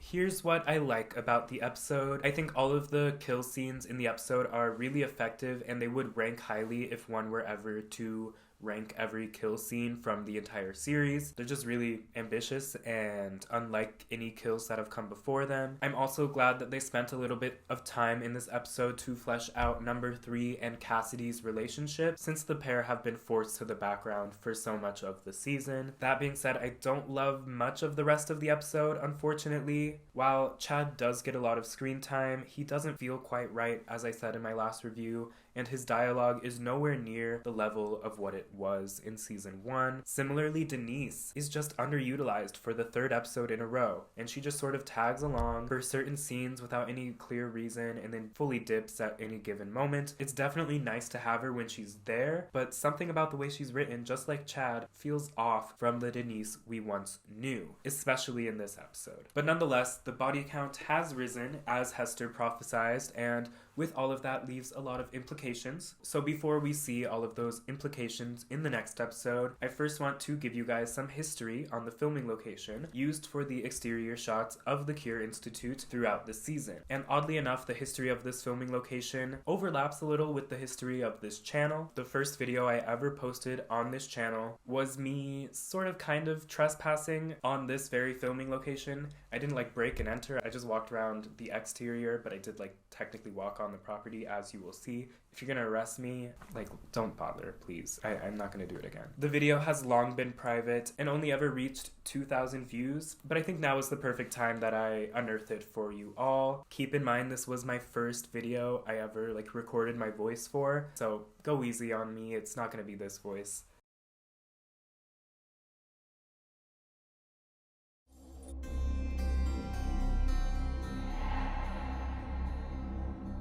The Cure Institute Hospital set used in Scream Queen Season 2 is an actual place that is located in Pasadena, California. The Pasadena set was used in exterior shots for the 2nd season, and it is actually a former working hospital that is now abandoned. The hospital itself was mostly used in establishing shots, but also certain scenes were filmed on the property with the actual actors. Most of the time the production team seemed to shy away from using the Pasadena set, and that is due to the difficulties when shooting in an outdoor environment, as well as paparazzi. One of the scenes that was actually filmed on the Pasadena property was in the 2nd episode of Season 2, where the Chanels surprised Chanel number 5 and Tyler. That was actually filmed in Pasadena. This is probably why it wasn't utilized as much as it could have been. You know, because no television show wants set leaks, especially a show like Scream Queens. Other scenes throughout the season were also filmed in Pasadena, such as the Blood Drive episode. This is kind of what the setup looked like when they actually were filming Season 2. This is where they had the sign set up. A fan posted this online back in the day. And alongside the actual hospital in Pasadena, the production crew actually built a replica inside one of the sound stages at Paramount Studios, where they filmed the interiors of the hospital and other scenes throughout the season, etc. So they built this replica inside of the soundstage, and that is mostly where they filmed the swamp scenes. There was a picture going around back in the day that I remember of the actual full soundstage that the hospital was in, but like I've been searching for weeks and I cannot find that picture. However, if you can find it, feel free to let me know in the comments. So anyway, I found myself in the area of Pasadena, California recently, and I decided to stop by the abandoned set that they used for these scenes in Scream Queens. And I got some footage of the abandoned hospital, and this is that. So let's just start off with the pictures I took, and then it'll go into the video footage that I got.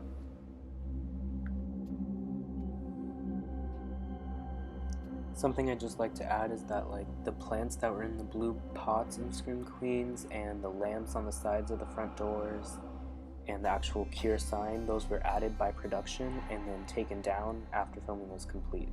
So that's why they're not in these pictures, obviously.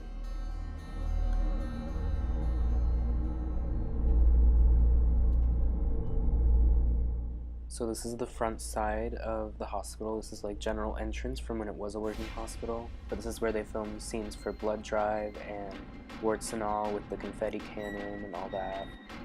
And this is where the sign was for Cure that they used in most of the establishing shots were filmed from this perspective onto this side of the building. And then most of the swamp scenes were on the other side of the building, which you'll see in just a second. I also just got some extra footage of kind of what the actual hospital looks like, even though some of these angles weren't actually used on the show. This is what they look like from different perspectives. Like this was the emergency wing right here, that's where the emergency room was.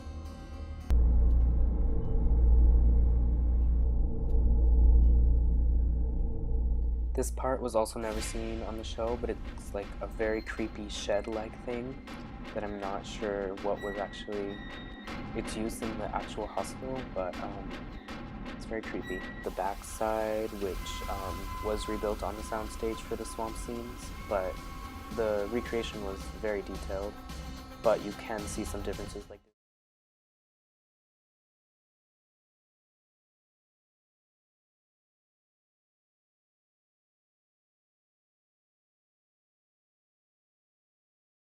When it was an operating hospital, the Cure Institute in Scream Queens was actually called St. Luke's Medical Center. In 2002, St. Luke's Medical Center was forced to close after 68 years of operation. In its final years of operation, only 70 hospital beds out of the facility's 165 beds were occupied at any given time. This was mostly due to the fact that there were 5 other hospitals within an 8-mile radius of St. Luke's, and the hospital just wasn't making enough money. An interesting detail worth noting is that when the hospital was in operation, there was actually a giant cross on the top of the dome, which was somehow either taken down or destroyed before it was closed. So, aside from Scream Queens, St. Luke's Medical Center was actually used in a lot of other Hollywood projects. The earliest use of the hospital was in the 1970s television series Starsky and Hutch, where exterior shots of the hospital were used for an on-screen hospital. Hospital scenes from the film Kill Bill Volume 1 were also filmed at the Pasadena St. Luke's Medical Center. And Kill Bill is actually a rare instance where filming crew was actually inside the actual Pasadena hospital. This is 2024 me interjecting here as I'm editing this because I somehow missed this when I made this video back then. St. Luke's Medical Center was also used in a singular shot of the 2016 film La La Land. And then the most recent use of St. Luke's Medical Center on screen was 2017's FX series Feud, Betty and Joan. Season 2, Episode 4 is entitled Halloween Blues, and you guessed it, this episode is a Halloween episode. And Season 2 may not have the 3 dedicated Halloween episodes like Season 1 had. However, I would argue that this whole season is kind of a Halloween season because so much of the season hinges on the events of both Halloween nights 1985 and 1986, and many episodes feature Halloween flashbacks. But nonetheless, this episode is definitely the most Halloween heavy of the season.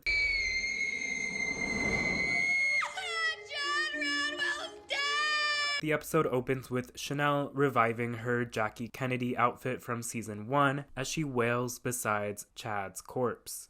I'm just saying, we're all super upset. Are you? I mean, did anyone else here think to change into a costume with a subtle Jackie Kennedy leitmotif? To show that the passing of Chad Radwell is a major event in our nation's history? No. Denise then requests she have the room alone with Chad's body, and she then reminisces on their old role-playing sessions that we also heard about in season 1, but we never got to see them until now, because via flashback we are shown the time that Chad and Denise role-played as the characters from Brokeback Mountain. I am a gay cowboy. Whoa, but I ain't queer. I ain't queer either. Okay. Oh no! I can't quit you! Don't quit me! Then, back in the present day, Denise has dressed as Mrs. Chad Radwell, and she lets Kathy know that the inadequacy in government goes all the way up to the FBI, at least in this universe. You just asked the FBI if you could transfer Hester to my hospital, and they just said yes? Actually, they text me a thumbs up emoji. Denise and Kathy ask Hester why the killer is no longer just killing patients, and Hester provides no answer, but she does warn that there may be another Halloween night massacre. Hester proposes that Kathy hold a hospital Halloween party to draw the killer out as bait so they can then catch him. But this conversation gets interrupted when Kathy gets a phone call, and all of our non-incarcerated main cast members gather in Kathy's office to read Chad's will, where it is also revealed that Chad's entire family immediately boarded a plane when they heard about Chad's wedding, and in that plane they all died when it fucking crashed. On approach, the plane crashed, killing all on board. Oh my God, that's horrible. R.I.P. to the Radwells. This season is truly one big middle finger to that entire family. Because of this, Chad's will determines who gets the entirety of the Radwell family fortune, and the person Chad left it to is Dr. Dean Munch. Chanel then attacks the lawyer man in absurdly slow motion, and the lawyer is surprisingly really cool about being punched repeatedly in the jaw. I will gladly arrest her ass. No, it's not her fault. The poor girl is grieving. We need to give her the space to process her loss her way. In the next scene, Season 2 revives Chanel-oween, the Taylor Swift parody from Season 1, Episode 4, only this time it's much more outwardly hateful. I find myself in rather a dark place. So, I am gonna use this Chanel-oween to send my throngs of homely, rural well-wishers gifts that are so shocking and vile. There's no way they'll miss the fact that I actively hate them. One of Chanel's fans is wearing Chanel's character poster image on a t-shirt. Sloppy, lazy. Susan, one of Chanel's fans from the first Chanel-oween, returns for this season's rendition. Hi, Susan.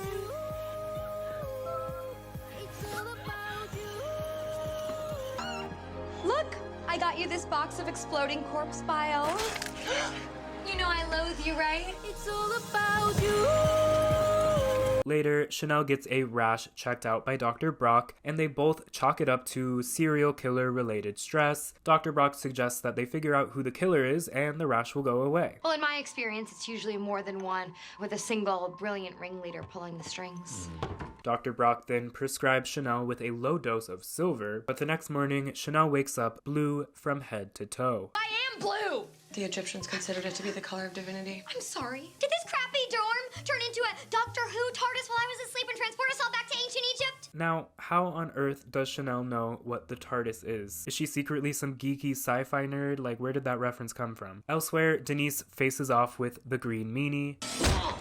I beat the Red Devil, and that was before my FBI training. You think I'm scared of a giant booger? Denise shoots at the meanie, but he gets away. She then visits Hester and allows her to go to the hospital Halloween party, so long as she wear an ankle monitor and stay masked in a Jason costume the whole time. Because nobody wants to be Jason on Halloween. Yes, they do. It's like the most popular costume of all time. Nuh-uh. Maybe on Friday the 13th. If anything, people want to go as Michael Myers. I've never seen Halloween. Me neither. But I know Mike Myers played the bad guy. It was like the movie he did right after Wayne's World. Anyway. Denise then discusses Chad's death some more with Chanel, and Denise thinks Kathy may be behind it. So Chanel says, It's time to enlist the help of an old friend who always tells the truth.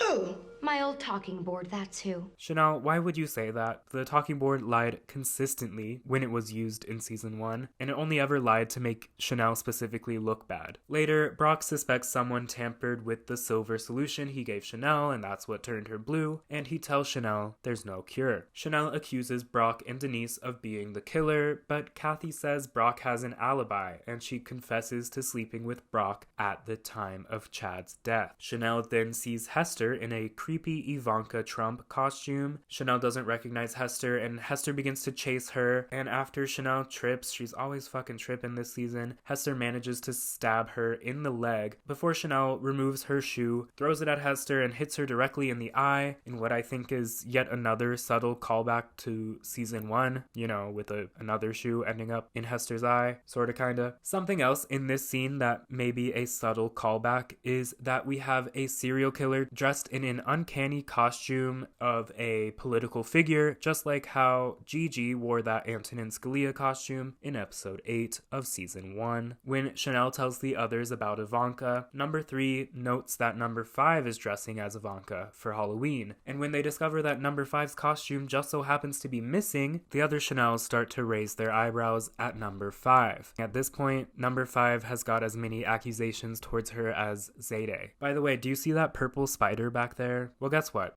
I have that. Just like how Zayde's episode 1 accessories were grouped together, and that's how I bought them all. I also got like a collection of decorations from this episode, Halloween decorations, and some of them I've used like a ton of times in the backgrounds of videos. They literally just look like Halloween decorations. You would never know they're from Scream Queens. So the first of which is this purple spider. This is my favorite one. It gets the most screen time. Out of focus in the background of this shot. And she has a sister too, which I've never been able to find in the show. As you can see, she's damaged. She came that way. I don't know if that happened in shipping or beforehand, because how would I know? Because I don't think she ever appears on screen. And then there's these two little stars who get 10 milliseconds of fame in this shot, clipped onto a lamp behind Chanel number 5. Again, you're more likely to recognize them from my videos than from Scream Queens. And then I also have this very glittery, bedazzled sugar skull, which again was probably in the Chanel's apartment, but I can never find it on screen. I can find a couple other sugar skulls, but none with this exact, design. Back to the episode. Chanel forces number 5 not to attend the Halloween party, or else she will kill her. I will be there. Come hell or high water! We'll kill you. Then on Halloween night, Chanel is dressed as Smurfette, Zayde is Isis, the Egyptian goddess, number 3 is dressed as Death, Kathy is Alexander Hamilton, Denise is Khaleesi from Game of Thrones, Cassidy is controversial Olympian Ryan Lochte, Chamberlain is a him, Mario, and Brock is a doctor covered in blood, or as he calls it, I'm the script of Batman vs. Superman. You look like a bloody mess. Exactly. Bold coming from the people who wrote this, but I digress. Dean Crunchy Munch, what you supposed to be, George Washington? Hamilton. Hamilton, the Broadway huge hit musical. Hamilton. I don't know it. It totally reinvented musical theater. Right? Hester then returns as Ivanka, but so does number 5, who actually isn't dressed as Ivanka, but instead as Ivana Trump. Oh, I thought that Ivana and Ivanka were the same person. I mean, who names their kid after their wife and just adds a random letter? Girl, bye. Ow. Wait. Just then, a mass of sick Hamiltons come piling out of the elevators. Also among them are Chewbacca, Katy Perry, and Snow White, who reveals that they were all bobbing for apples. However, she did not partake. So everybody quickly deduces that the apples were poisoned, and a later flashback reveals that it was none other than the Green Meanie. Meanwhile, Chanel and Denise try to contact the spirit of Chad Radwell. Wait, let's ask him a question to make sure it's him and not that gaslighting bitch Chanel number 2 who's currently getting motorboated in hell by Genghis Khan. Chad then appears to Chanel through possession of Denise, and he asks her to kill Rami, Chad's goat from season 1. I really miss that little guy. So, if you wouldn't mind distracting him with that little tin can he likes to chew on and just, I'd really appreciate it.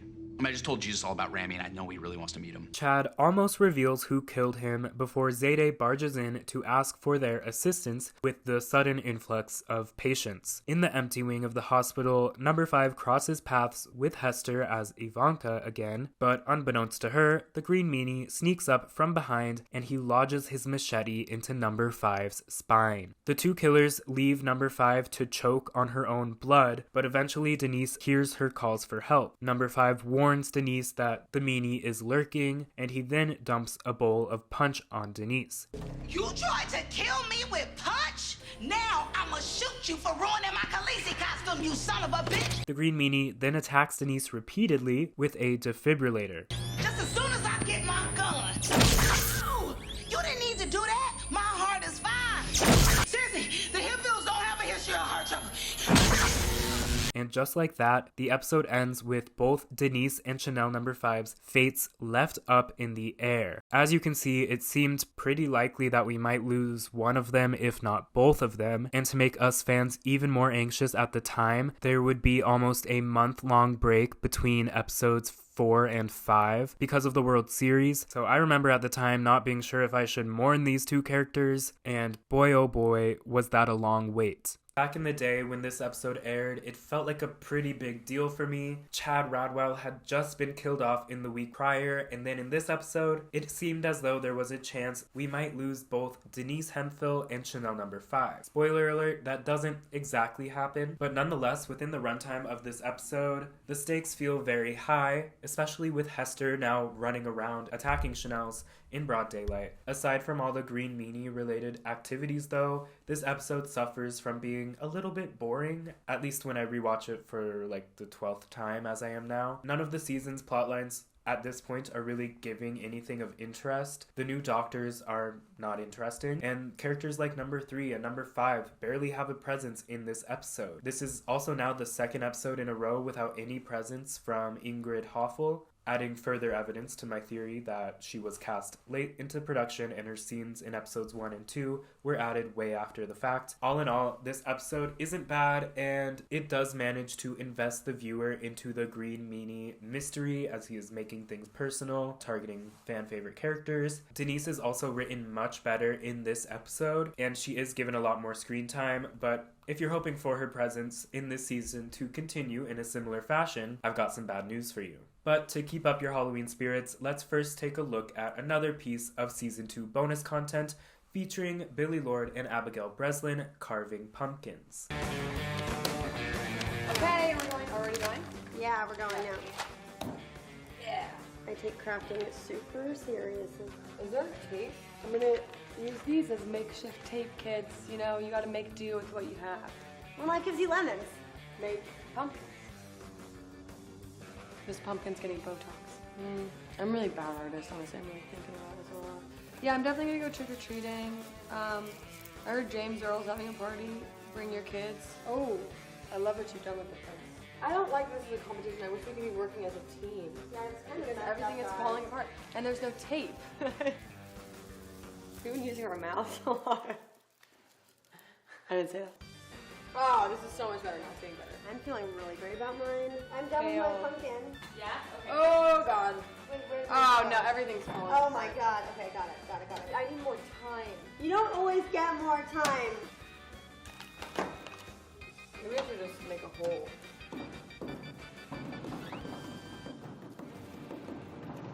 I think it's, wow. Okay, well, whatever.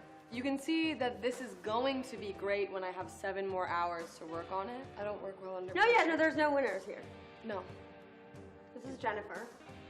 Hey, I want to thank so many different people, Fox and Scream Queens, for allowing me here. I want to thank all of my ex-boyfriends for motivating me. And I want to thank Jennifer for being herself. Thank you guys, and happy Chanelween. Go ahead. I'm reading.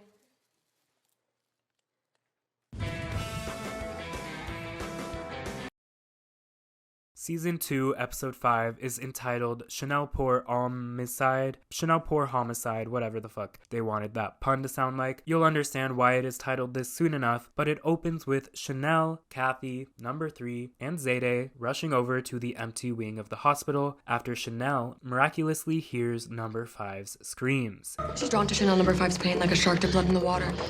The group then finds Chanel number 5, who is still holding on despite the green meanie's machete waving back and forth from her spine. Denise, on the other hand, well, I'll let Kathy break the news. She's dead.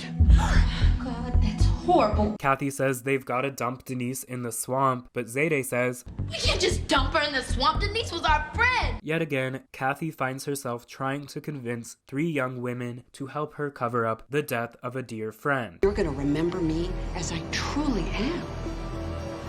Your guardian angel. Then, after hearing various screams from the other wing, everyone abandons a still bleeding out Chanel number 5. Back at the Hamilton ward, they discover that all of the poisoned Halloween partygoers have been murdered in nothing short of a Halloween hospital massacre of Hamiltons. Who could have done this?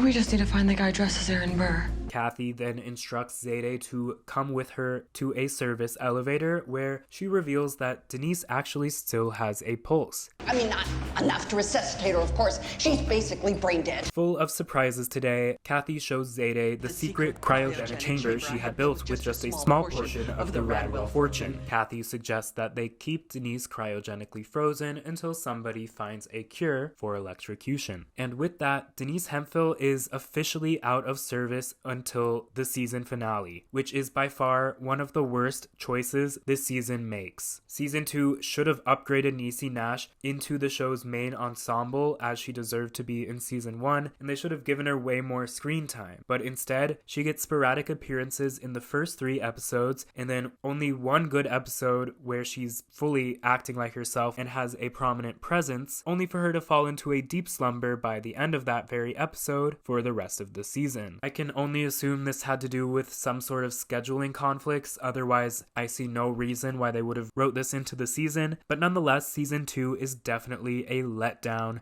if you're a Denise fan. And she then tells Brock that she just needs a little time still to get over Chad. Probably only need a couple hours. I have like 0 emotional object permanence.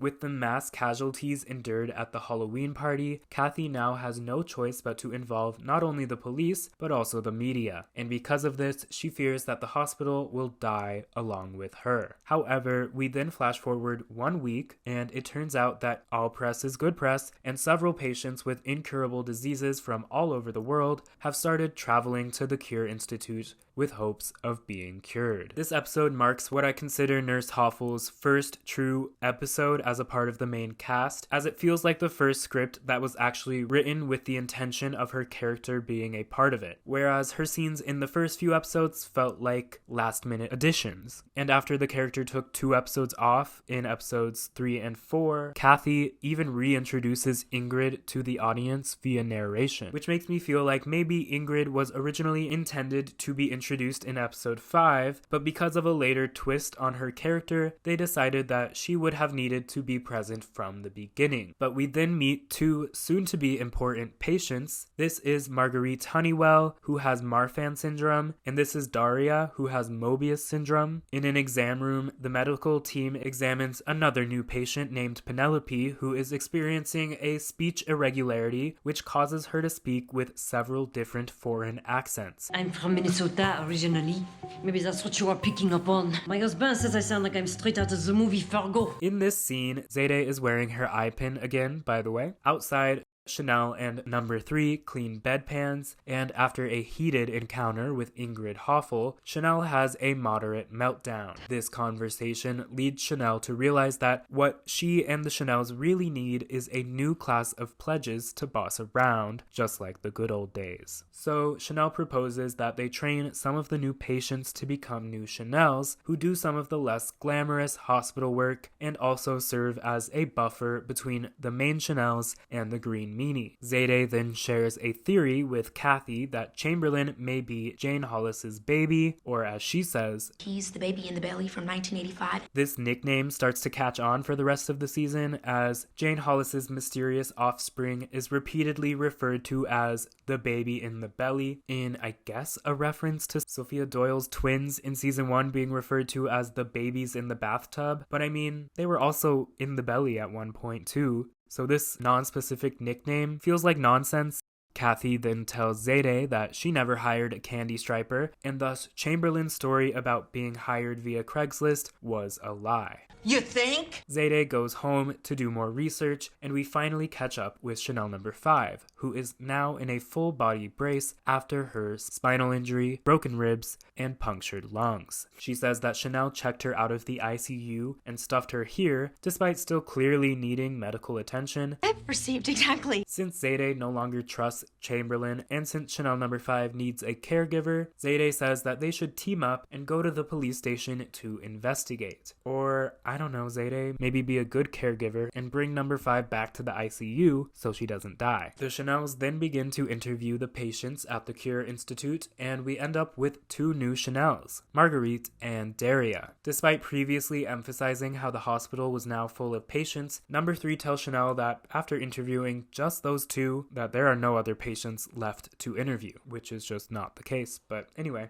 in order to have a 3rd new Chanel and double the original Chanel's chances of survival, they must do the unthinkable. They must call a Chanel superfan that we've never heard of before by the name of Tristan St. Pierre, and they must invite him to become the first male Chanel. While they were on trial, Tristan would write sapphic fanfiction about the Chanels and send it to them, and that's basically how they know of this guy. And after getting some off-screen makeovers, Chanel officially reintroduces Marguerite and Daria as Chanel number 7 and Chanel number 8, and from behind number 7 appears Tristan as the newly declared Chanel pour homme. And name me one gay serial killer. John Wayne Gacy, Jeffrey Dahmer. It's a good bet one of those Menendez brothers was crawling into bed with the other one, too. Oh wow. So there's kind of a lot to unpack with this line. If you don't know, Scream Queens was created by these guys, and 2 of them, Ryan Murphy and Ian Brennan, also created a very controversial show called Monster on Netflix. It had its first season with Jeffrey Dahmer and its second season with the Menendez brothers. Full disclosure, I've not watched either season, but I am somewhat familiar with the discourse and controversy that the show has sparked, particularly in regards to the Menendez brothers. One of the largest debates that the Menendez season of Monster sparked was in regards to the show's depiction of their sexuality, and a couple of scenes that explore a tabloid theory that the 2 brothers were romantically involved with each other. So from what I know, the incestuous scene was giving a visual to those tabloid stories. It's not within the plot of the show. However, from what I understand, there is much more of a gray area when it comes to how the show depicts the brothers' sexuality, given the real-life Menendez brothers' history of abuse, which was publicized in their case, and also given that the real Menendez brothers do not identify as anything other than heterosexual. There were a lot of fair questions raised about why this angle was chosen for the show. Ian Brennan is the sole writer of this particular episode of Scream Queens, which features this line alluding to the Menendez brothers' speculated homosexuality, which is not true. The writer of this episode also wrote 8 out of the 9 episodes of the Menendez brothers season of Monsters. So at the very least, I find this weird and worth questioning that the fixation on the sexuality and of the Menendez brothers was something Ian Brennan was joking about 8 years prior to bringing these exact rumors to life. I'll just leave it at, this is weird. At the apartment with number 5 and Chanel pour homme, Zayde finally discovers the identities of Bill and Jane Hollis. And to put this information to use, her and number 5 end up visiting Jane Hollis in the flesh. Jane Hollis tells Zayde her theory about Dr. Mike and Nurse Thomas killing her husband. The baby in the belly can't be Chamberlain because she's white. But to their surprise, they find a photo of Bill, and he's not white. This means that Chamberlain could be the baby in the belly. Later, Chanel is jump scared by Hester. Miss you. And Hester wants to rejoin the Chanels as she thinks it can be mutually beneficial. Chanel agrees to let Hester move in with them in the hopes that she'll protect them from the new killer. And later, Brock, Cassidy, and number 3 try to get to the bottom of theirs and Penelope's foreign accent syndrome, but all of their accents are so bad and annoying, and they all each name their accent as they're doing it, and frankly it's one of the most unwatchable scenes in the show's history, and it culminates in the cure just being a steroid injection, easy as that. Zayde confronts Chamberlain about lying about getting hired here, and he says that yes, he's just doing this job to help the people, and no one actually hired him, and he's not actually getting paid. In her office, Kathy fires Ingrid for her combativeness with the Chanels and her addiction to painkillers. Ingrid refuses to be fired and instead blackmails Kathy by revealing that she knows that Kathy's dying. The Chanels, now including number 6 through number 9, sleep over at the hospital where the Chanels enact their plan to send Chanel number 8 to her death as bait for the Green Meanie. Does this make sense? No, it doesn't. On a scavenger hunt for an Hermes necklace, Chanel number 8 comes across Chanel pour Homme, who says that he wants this necklace bad. So Chanel number 8 surrenders and heads back to the sleepover as the Green Meanie lurks nearby. Worried about their beloved twink, the Chanels rush to his rescue, but it's too late as Chanel pour Homme has been sliced in half in the morgue. Rest in peace. Dr. Dean Munch actually commends the Chanels' plans to use the new Chanels as human shields, and it is also in this scene that Chanel number 7 and Chanel number 8 show off their new hospital uniforms. Kathy then introduces 3 new Chanels that she picked out herself by the names of Addison, Andrea, and Midge, who will soon take up the mantles of Chanel number 9, Chanel number 10, and Chanel number 11. Chanel number 11 has 11 fingers, Chanel number 10 has way too many intestines, and Chanel number 9 is a D&D dungeon master, which I don't know if the show is trying to joke that this is also a medical anomaly because she's completely healthy otherwise. I'm not sure what the joke is here. Suspecting that the Chanels are harboring Hester, Kathy threatens to get to the bottom of it and get them all sent to the electric chair. The brand new Chanels are then confronted by the Green Meanie, and the others knock over number 11 and leave her for dead as the Green Meanie amputates her 11th finger, before he kills her just 2 minutes after she was introduced to us. The episode ends with our first real big reveal of the season as Jane Hollis is preparing breakfast for dinner for her son, who is none other than Dr. Cassidy Cascade. Like I alluded to before, this episode takes a sharp turn for a more absurd tone of comedy, with all of its nonsense about accents and all of the characters behaving without any grounding in reality at this point in the show. Even with Chad killed off and Denise out of service, the show is still struggling to balance the screen time of its remaining characters. And so much of this season and this episode feels like it is without a protagonist. The beloved Denise Hemphill being cryogenically frozen, combined with the introduction of 6 new Chanels all at once, makes this episode feel like the screenplays for this season were handed off to an AI software that hasn't learned yet that you should try and hide when you're only introducing a bunch of new characters for the sole purpose of them to be killed off one by one in the remaining 5 episodes of the season. And by doing this, this episode also completely lowers the stakes of the season way back down to where they were in episode 1, even though episodes 3 and 4 had just done so much work to try and convince us that the stakes were actually high and that our favorite characters could die. This episode said, no, Chanel number 5 will survive a machete to the spine, and Denise is just gonna chill in the freezer for 5 more episodes. This episode feels like a particular slog to get through, and truly it just doesn't feel like the writers' hearts are in it at all, if they ever were for this season. To coincide with their introduction on the show, the Scream Queens YouTube channel also posted a bonus video further introducing the world to the new Chanels. I love that we're all very different because it gives a different edge and a more realistic edge to the show, I think. When I found out that I was a Chanel, I was like, I'm a Chanel. When I went to the bathroom with one of the Chanels, and as we were peeing, I was like, I'm peeing next to a Chanel. And she was like, you are a Chanel. And I was like, I'm peeing and I'm a Chanel. We're so honored. And it is now time to unpack Season 2, Episode 6 of Scream Queens, entitled Blood Drive. And it begins with Kathy lecturing the hospital staff about their contaminated blood samples. As you can see, has a little mouse in it. And so, the hospital needs to do a blood drive. Oh my god, blood drive.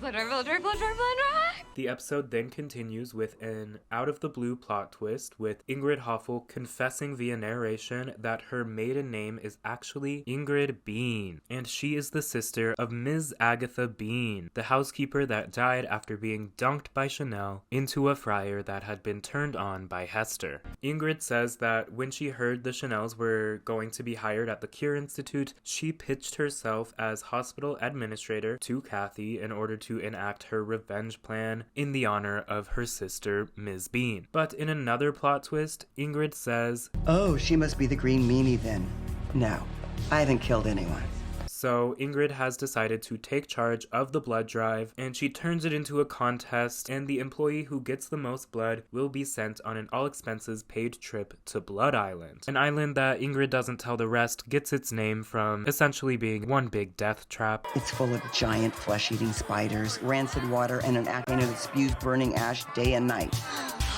Essentially, she wants to rig the competition so that the Chanels win and get sent to this island where they will surely die. And thus, Ingrid herself will not get any blood on her hands. As a side note, this scene is another rare instance of them filming on location at the exterior hospital set in Pasadena. Chanel and Zayde get to work, and Zayde hatches a plan to screen the blood of every hospital employee in order to cross-reference it with the blood of Jane Hollis, which she also needs to get. At the apartment, Hester is back on her bullshit. Chanel later confesses to Dr. Dean Munch that Hester has been living at the apartment. And Chanel tells Kathy that Hester is more likely to kill if she has nothing to do, so Kathy is better off letting Hester work at the hospital. Kathy agrees to this, so long as Hester helps them with their patients and also helps them find out who the killer is. Kathy assigns Hester a patient, and boom, Hester is a free woman. Her patient is Brandon, and he's dealing with vampire-like symptoms. Hester introduces herself to him using an alias. Her name is Donna Summer. Nice to meet you. At the apartment, Chanel pumps the Chanel's blood all at once, except for number 9, who's got a serious phobia of needles. Needles should be right up your alley. Kathy then sneaks around the hospital and steals Chanel's blood, where she will contaminate it with a whole bunch of STDs, and later she presents the test results to Chanel and Brock. Given all of those STDs, Brock no longer wants to get it on with Chanel, and Kathy disqualifies Chanel's blood from the blood drive.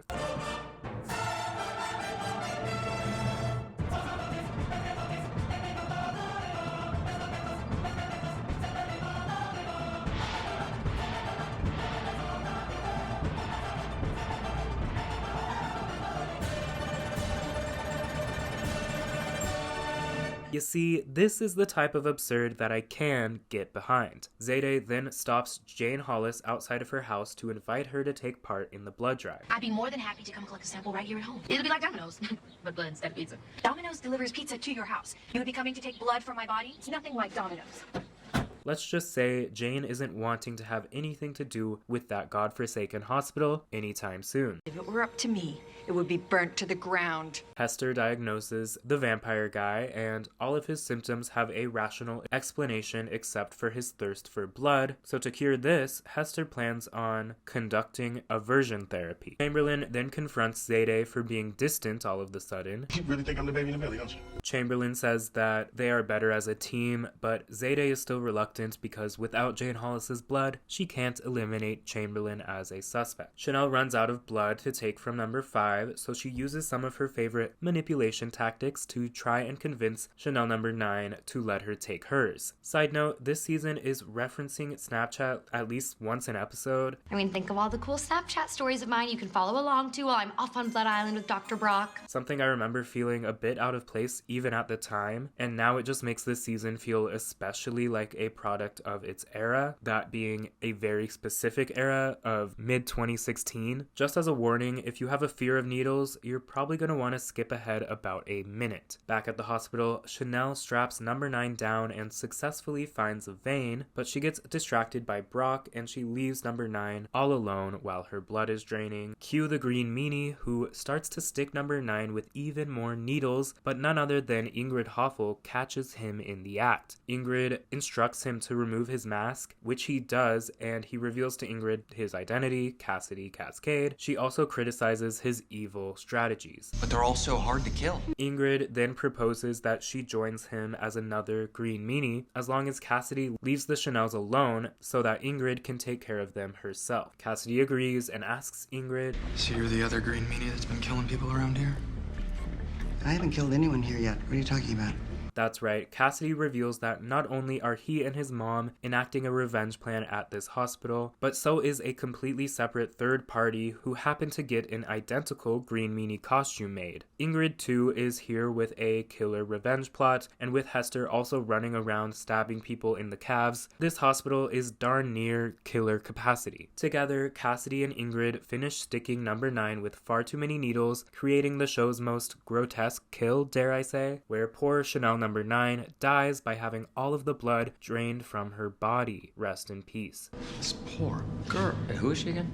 Alright, so if you skipped the last minute, here's what you missed. Ingrid and Cassidy teamed up together with an arrangement where Ingrid gets to kill all of the Chanels, and Cassidy revealed that there's also a third separate green meanie killer who's been killing some of these victims, and of course our new friend Chanel number 9 unfortunately met her maker in a way that you guys would not have liked. Rest in peace. Elsewhere, Hester meets Chamberlain. The girl who murdered a bunch of folks and was locked in the cage downstairs, but then they let you out for some reason and now you sort of work here? Hester then takes what is believed to be Chanel's contaminated blood from Chamberlain for her vampire patient, and Hester later reveals that she tested Chanel's blood and it's actually clear of any STDs. With that and all of the extra blood that the green meanies collected for her via Chanel number 9, Chanel wins the blood drive. But then Chanel finds out that she'd have to fly business class to Blood Island, so she returns the grand prize, foiling Ingrid's master plan to keep her hands clean that she clearly already gave up on, otherwise she wouldn't be scheming with Cassidy to kill the Chanels herself. Chamberlain then successfully gets Jane Hollis's blood type by tricking her into giving him a spit sample. What kind of pie is this? Worm pie.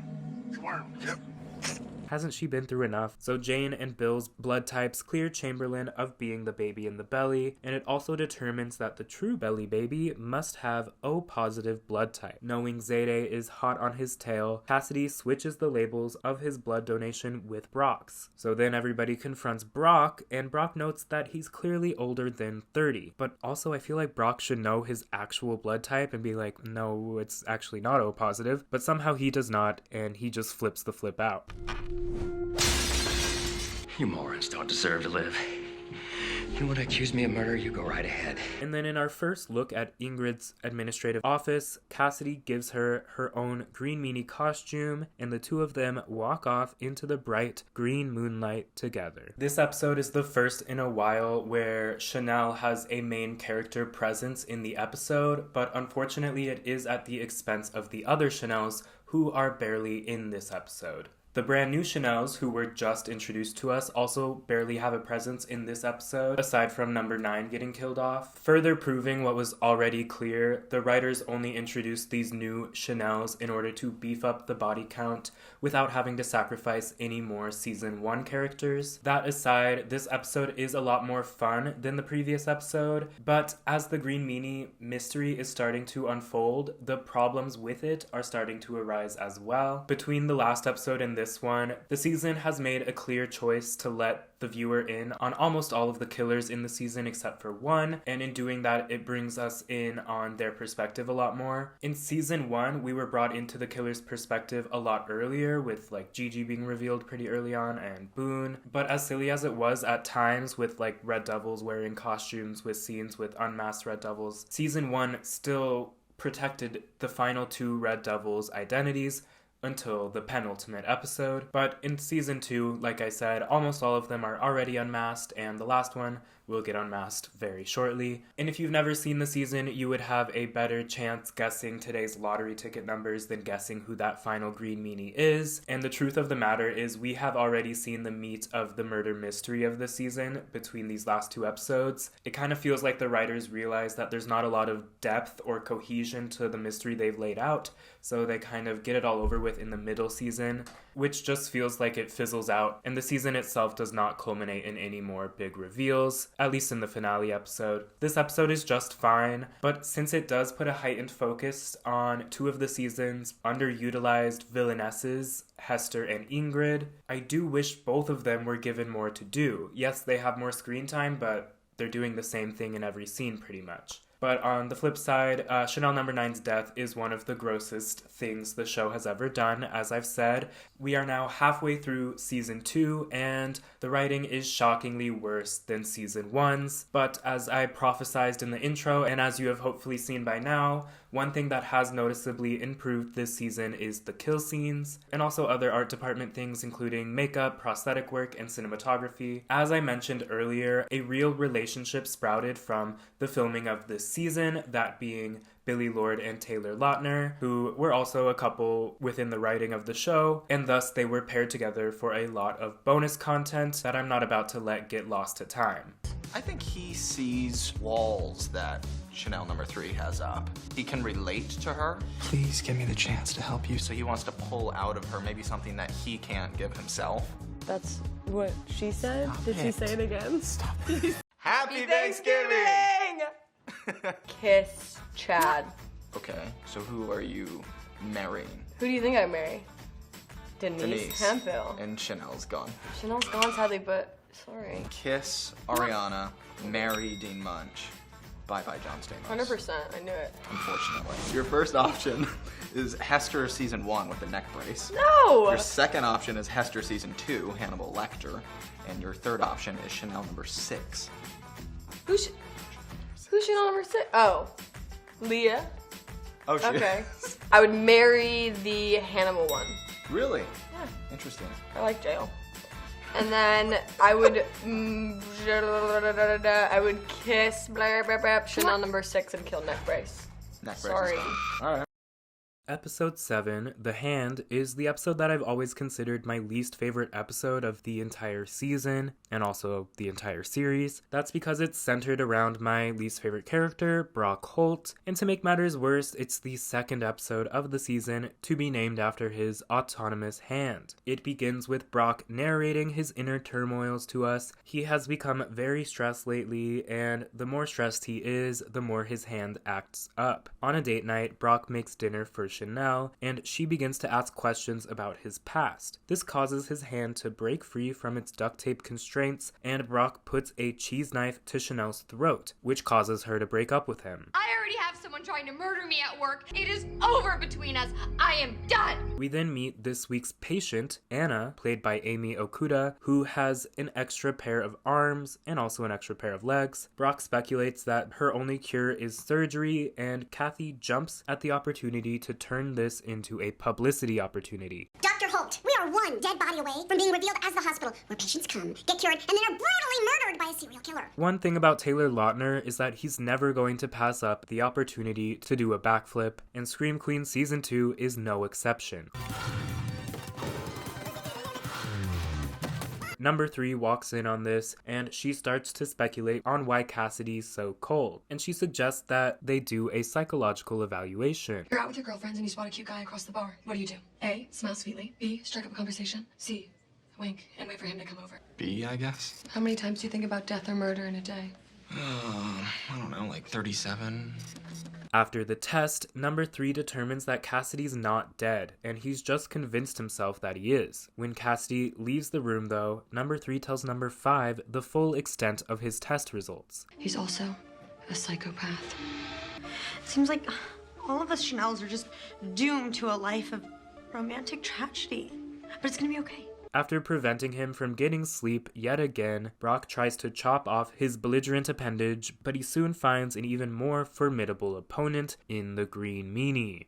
Brock and his hand team up together to fend off that slimy swamp thing. Then Chanel number 3 talks through her feelings with a corpse named Myrtle, and she comes to the conclusion that she needs to ensure that her and Cassidy's relationship doesn't fizzle so that she never becomes the target of his murders. Number 3 and Cassidy then examine a new patient together named Thomas, who is played by Casey Mahaffey, who had a small role in American Horror Story Asylum as Pastor James. He is experiencing some skin abnormalities, and his wife, Shelley, is also here, and she is played by Tony Award winner Marissa Jarrett Winokur. And guess what? Marissa is the 3rd Scream Queens cast member to play the game of Big Brother. As I've mentioned before, Lucien Laviscount once placed 5th on Celebrity Big Brother UK, Kirstie Alley once placed 2nd on Celebrity Big Brother UK, and Marissa Jarrett Winokur actually won the first ever US edition of Celebrity Big Brother. If you know anything about Big Brother, the UK and US versions are practically 2 entirely different shows, and I'm much more familiar with the US version, and I've actually seen Marissa's season, and it's a pretty solid one as far as the celebrity seasons go, but don't start there if you've never watched Big Brother. Definitely go back to season 2. Marissa played Celebrity Big Brother 2 years after her appearance on Scream Queens, and after being nominated twice along the way, she made it to the final 2 with her alliance member Ross Matthews by winning the final HOH, and she won the season by a vote of 6-3. Thank you for allowing that tangent, but back to the show. Dr. Number 3. My name is Dr. Number 3. Shelley begs that they help her beloved husband, and Cassidy promises that he'll find the cure. Then Chanel catches the other Chanels up on this season's worst storyline. You know how Brock's hand sometimes tries to kill me because he got it off a murderer? What? No, you never told us that. Okay, well it does, and he did. Anyway. She also tells them that after she broke up with Brock, she went back to his place where Brock promised that he'd try not to kill her. Aww. Hester reminds them that she knows who the Green Meanie is, and while she still won't reveal his identity, she makes it pretty clear that it's not Brock.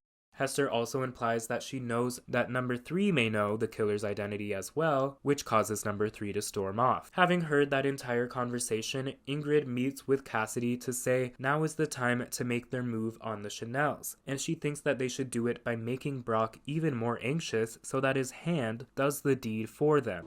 I'm not killing Chanel number 3. Oh, yes, you are. I'll turn you in if you don't, and I'll be the last face you see when you fry in the electric chair. So, why does Ingrid not want to kill the Chanels herself anymore? That was originally her only demand when she joined Cassidy, but now she only cares about Chanel number 1 herself, and she's not even planning on doing that herself. She's plotting to get Brock to do it for her. Whatever. Kathy then introduces a successfully aggravated Brock to a journalist named Slade Hornborn, who will be covering Brock's surgery on Anna. Brock says Anna's heart isn't strong enough for the surgery, and Kathy says she'll get them a heart to do some sort of miraculous heart transplant mid-procedure. I don't know. Again, not medically fact-checking this bullshit. Number 3 and Cassidy then tell Thomas and Shelley that he may have been poisoned, and in private, number 3 and Cassidy share confessions with each other simultaneously. Number 3 says that she knows Cassidy's the killer, and she'll still support him unconditionally. And Cassidy says that he's the killer, and he won't kill number 3, but he will kill Chanel. But I just wonder if you could maybe not kill Chanel. See, I get that, but I have to tell you, that's kind of controlling. Number 3 then says she's going to help him quit his pesky murdering habit, and then Chanel number 10 calls her mom before the Green Meanie sneaks up behind her and strangles her with her earbuds. Rest in peace. Or not? She's brain dead. Rest in peace. Kathy says that this is perfect. They'll use number 10's heart for Anna's life-saving and Kathy's reputation-saving surgery. After doing more research, Cassidy tells Thomas and Shelley that he believes what's going on here is a case of Munchausen syndrome by proxy, and he accuses Shelley of poisoning her husband so that she can get sympathy for taking care of him. But Thomas confesses that he's actually been the one poisoning himself, so this is just good old-fashioned Munchausen syndrome, period. Weird that Cassidy didn't come to that conclusion first, but whatever. He's doing it because Shelley is too caring and organized, apparently, and he didn't communicate this to her because you're just so fragile and weird. This debacle causes number 3 to stop believing in true love, and she now begins questioning her decision to not turn Cassidy in. Well, maybe I'll just have to kill you. and who said love is dead. Brock and Kathy go back and forth about the upcoming surgery, and Kathy blackmails him into doing it, and his hand then grabs Kathy's throat momentarily before Brock regains control. As Slade Hornborn watches, Brock does Anna's surgery with his annoying hand tied behind his back. But as Brock goes to put number 10's heart in Anna, his tied up hand becomes even more unruly. What's the delay in there? He is pausing for dramatic effect. Maybe it would be easier if he, use both hands? Maybe it'd be easier if you shut your damn pie hole. Chanel begs that Brock open up and tell her something that calms him down, and he tells her about a song that his nanny used to sing to him, and this gives us what I believe to be technically the show's first musical segment with the actual characters singing diegetically. You and I in a little toy shop, buy a bag of balloons with the money we've got.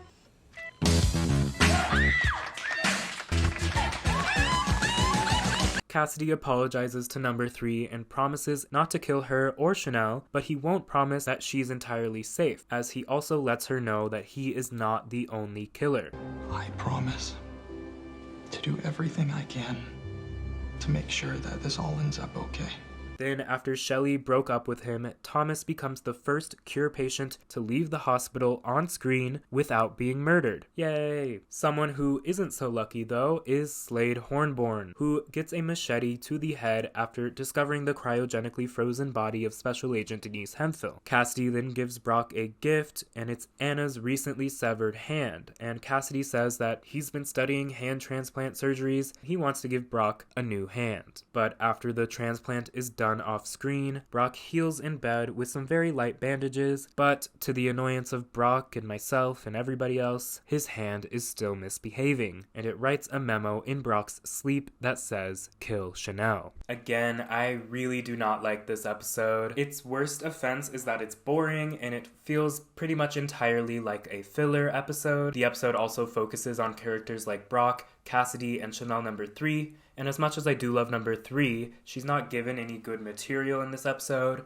and frankly, the other two are a couple of the most boring characters that the show has ever written. This episode also has no appearances from Zayde or Chamberlain, which feels weird, as up to this point, they've kind of felt like they've been trying to make them this season's version of Grace and Pete, but then they just seem to forget about them time and time again, and I think it's because, like I've said before, there's just not a lot of meat to this season's mystery, and as of the last episode, the audience pretty much knows everything, as does a lot of the characters. The episode also has barely any appearances from Chanel or Chanel number 5, which only hurt the episode further. Combine all of that with one boring death scene that doesn't try to do anything new, and all of that culminates in what I would consider to be the worst episode of the series. Throughout the airing of the season, the Scream Queens YouTube channel was very active, and these Fox Lounge chats were a very common occurrence. What do you remember about the first time you saw yourself on national television?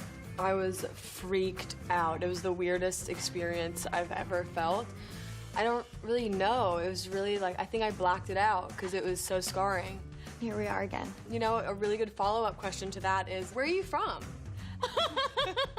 I was raised in LA, we played together when we were younger, so. Yeah, exactly. Yeah. Swiss boarding school twins. Okay, I'm sorry, I just got really distracted because I'm really mad that you got all the good questions and I'm obsessed with lottery tickets and you got the lottery You want to do it together? Boom clap. Let's do it together.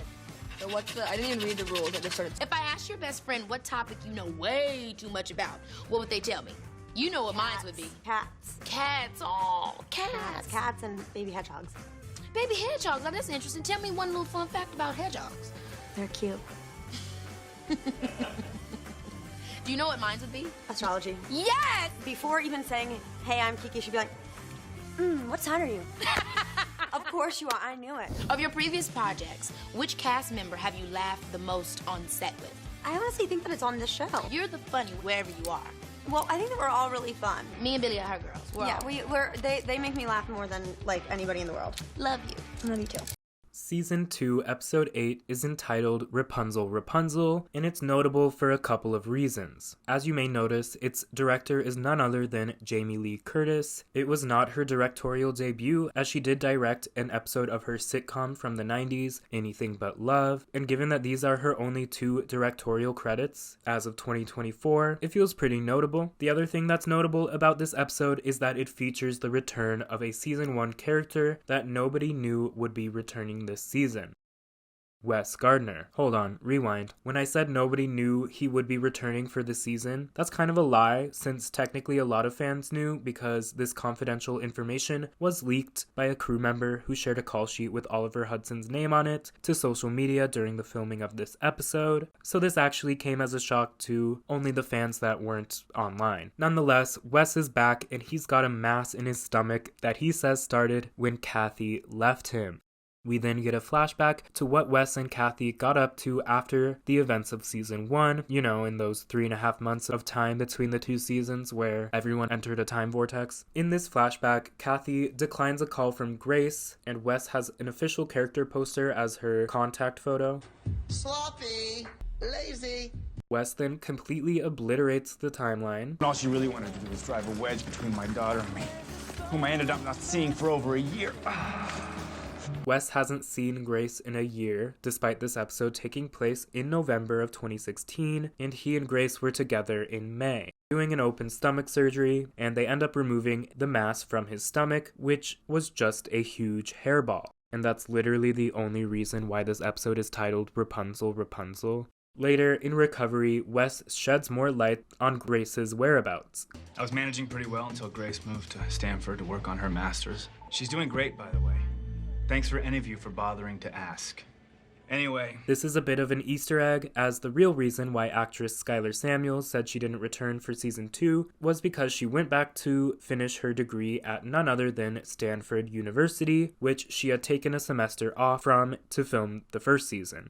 Wes then asks Brock's permission to rekindle the flame with Kathy. Do you think that I could take this beautiful young woman out for dinner tonight? Maybe give her a little bit of sex after? Okay. I think I'm gonna go to my office. Later, we finally catch back up with Zayday, who gives us our weekly dose of Snapchat references in a truly meta scene that also references Keke Palmer's own Snapchat stories from the time. You guys are asking, what's the gag for today?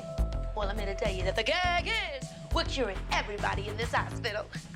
Hey, Gramps, what's the gag with you? I'm sorry? The what? And for comparison, here's some 2016 Snapchat stories from Keke Palmer that I could dig up. They got the kids thinking that money, cars, bitches, and hoes is the focus. When the gag is, all you need is love. Fuck with it. People may say, well, my world does look like that already. Well, it's probably because of the actions you're putting out there. Because the gag is whatever you put out, you get back. Next stop is Rouse, y'all. Because the gag is somebody needs some groceries. The gag is I look like a flaming hot Cheeto. My call time was 8 p.m. Right now, it's about 10 p.m. But the gag is I was just told to go home. The even bigger gag of it all is that we're doing it in pajamas. Kids, y'all know what the gag is? Shit! When you scare somebody just because you can. They tried to tell me that I need to stop trying to pretend to be somebody I'm not, and I'm still just tequila. But the gag is, that was never me. That was just a character I played almost 2 decades ago, you dummy. Pretty much. So look, y'all, I'm off work, right? But the gag is, we didn't even shoot the scene. Came across the post of an ex-best friend saying, new moon, new me. But the gag is, you're still a fake bitch. Because once a fake bitch, always a fake bitch. People can say a lot of things about my driving. But my parking can't be touched. Somebody, I can be vengeful while still looking classy. But the gag is, no matter how low-key, no matter how covert, mean is still mean. Chamberlain begins to overwhelm Zayde with his social media interactions, so she tells him they need to talk. They talk. I like you, but when you seem desperate, it's a turnoff. All right, well, you know what? Noted. And he immediately changes the subject to the Green Meanie's costume, which he says must be custom made. Zayde says that all they need to do is trick the Green Meanie, steal a sample of his costume's fabric, and then take that fabric to each costume store in the nearby vicinity to track down who made it, and more importantly, who they made it for. Thank God these guys didn't consider the possibility that they may have ordered the costumes online. At Brock's place, Chanel bums him out with her millennial tendencies. I have this amazing filter that makes you look like a dog. Anyway, my dad wanted me to become a lawyer. Oh my god, that's hilarious. Wow, you guys, this totally doesn't age the show in a way that never happened in season 1. These incessant Snapchat references were totally worth it, you guys. You were really on the pulse of it. Even while in bed, Chanel is unable to separate herself from the dog filter. I'm Snapchatting. Snapchatting. Give it a rest, you guys. Brock then hallucinates Kathy while in bed, and he accidentally says her name. You just called me Kathy because you were thinking of Dean Mutt. Is that her first name even? Then, setting a trap for the Green Meanie, Zayde prepares a bath with 2 rubber ducky Easter eggs. One's a red devil, and the other one is a green devil, or something. But basically, they're clearly trying to represent the red devil and the Green Meanie, which is a little cute, I must admit. The Green Meanie shows up, and Zayde tases his machete, and Chamberlain fights with him and loses. But Zayde manages to trap the Green Meanie under his shelf and get her fabric sample before the Green Meanie gets away. You know, on this rewatch, I'm picking up on a lot of like subtle things that feel like they could be season 1 references, but they're not things anyone would think of to reference again. So like in this scene, Zayde traps the Green Meanie by pushing a shelf onto him, and that exact thing happens with Zayde and the Red Devil in season 1. I don't know, it's like, is this a coincidence? Is this an Easter egg? But by the way, I do have that. Alright, so this is the full jumpsuit that Zayde was wearing in that very, very brief scene of this episode, if you're interested. It's another one that's hard to display without like a full-on mannequin, which I obviously don't have space for. Yeah, I think another reason why I was able to get my hands on this one was because it is so obscure. The scene that she wears this in, it's just one scene and it lasts a couple minutes tops. She is fighting the killer of the season, and because of that, it was a scene where she had to do stunts and like kick and punch and knock shelves over as she does. And so I'm looking for, there's a hole, which I can only assume came from this stunt work towards the very bottom of the pant leg.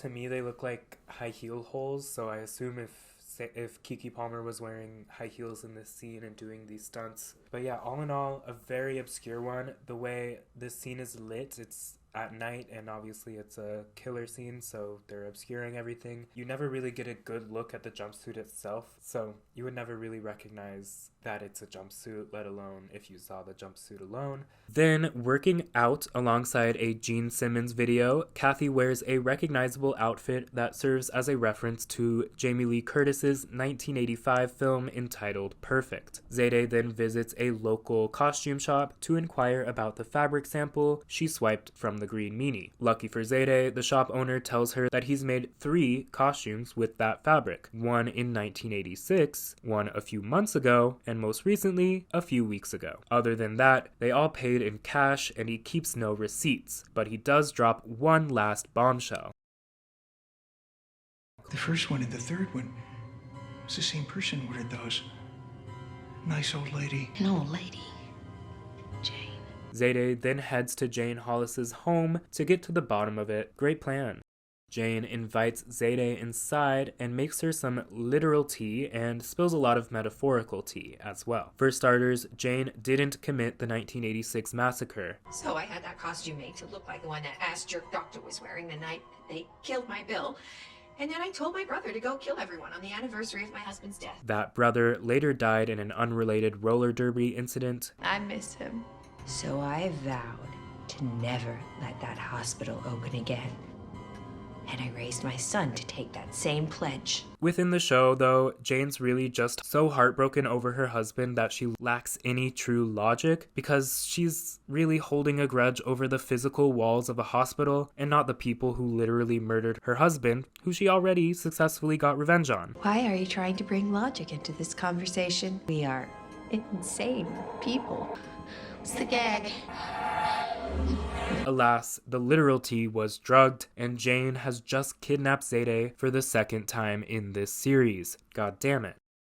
Chanel complains about Brock saying Kathy's name in bed, and Hester tells Chanel that maybe the reason why he may be more drawn to Kathy is because of their generational proximity. So to solve this dilemma, they're gonna have a party for Brock themed around his age. But at said party, the girls overshoot the metric, and Brock ends up taking offense to Chanel's gesture. I'm Shirley Temple, America's sweetheart.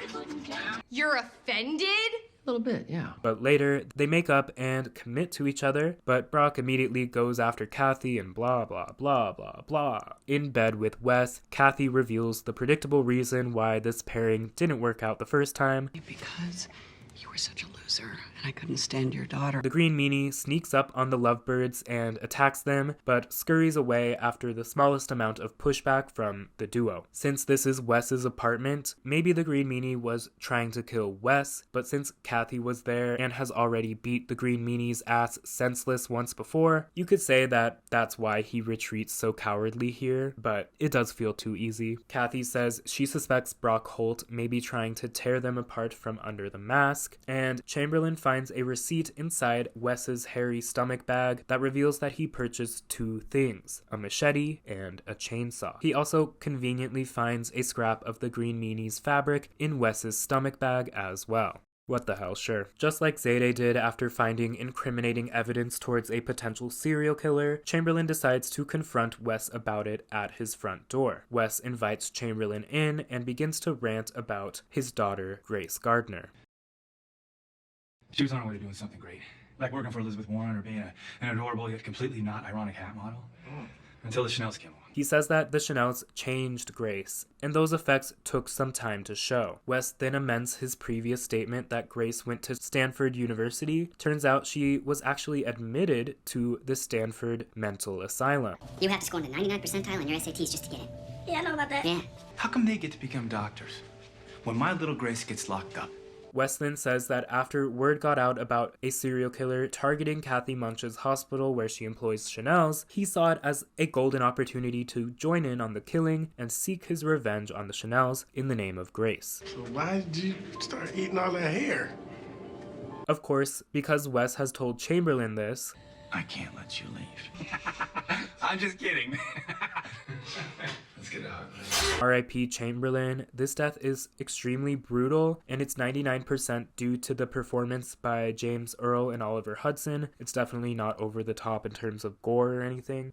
I like the character of Chamberlain, but he was far too underutilized to be killed off like this. We are nearing the end of the season, so if the writers weren't going to make Chamberlain have a bigger presence by now, then it just wasn't happening, I guess. But it always felt like there was more to this character that they were building up to, but instead he just gets killed off here. With the death of Chamberlain, episode 8 ends, and we now only have 2 episodes left of Scream Queens. This episode is another one that feels a little AI generated. Grace gets retconned, Wes becomes a killer, Zayde gets kidnapped again and put in a well again. A surprise returning character who gets revealed to be a killer sounds really impactful on paper, but it happens so out of the blue and it's handled so unceremoniously that for me it doesn't hold a lot of emotional weight outside of Chamberlain's death scene. To this day, I find it really hard to suspend my disbelief in this episode when it comes to Wes and what he says about Grace. And then the rest of this episode is just more of this season's absurd nonsense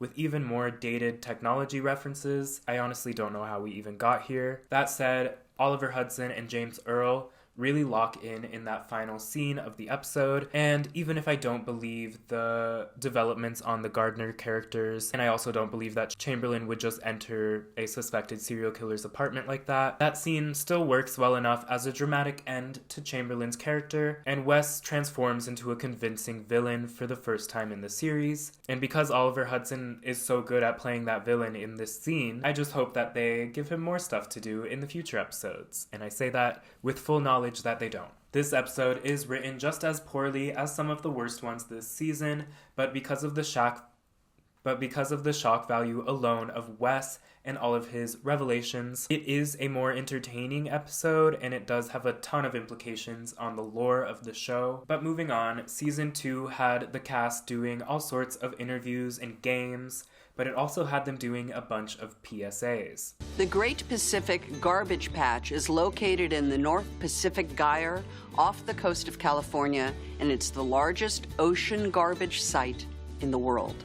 This floating mass of plastic is twice the size of Texas, with plumbing pieces outnumbering sea life 6-to-1.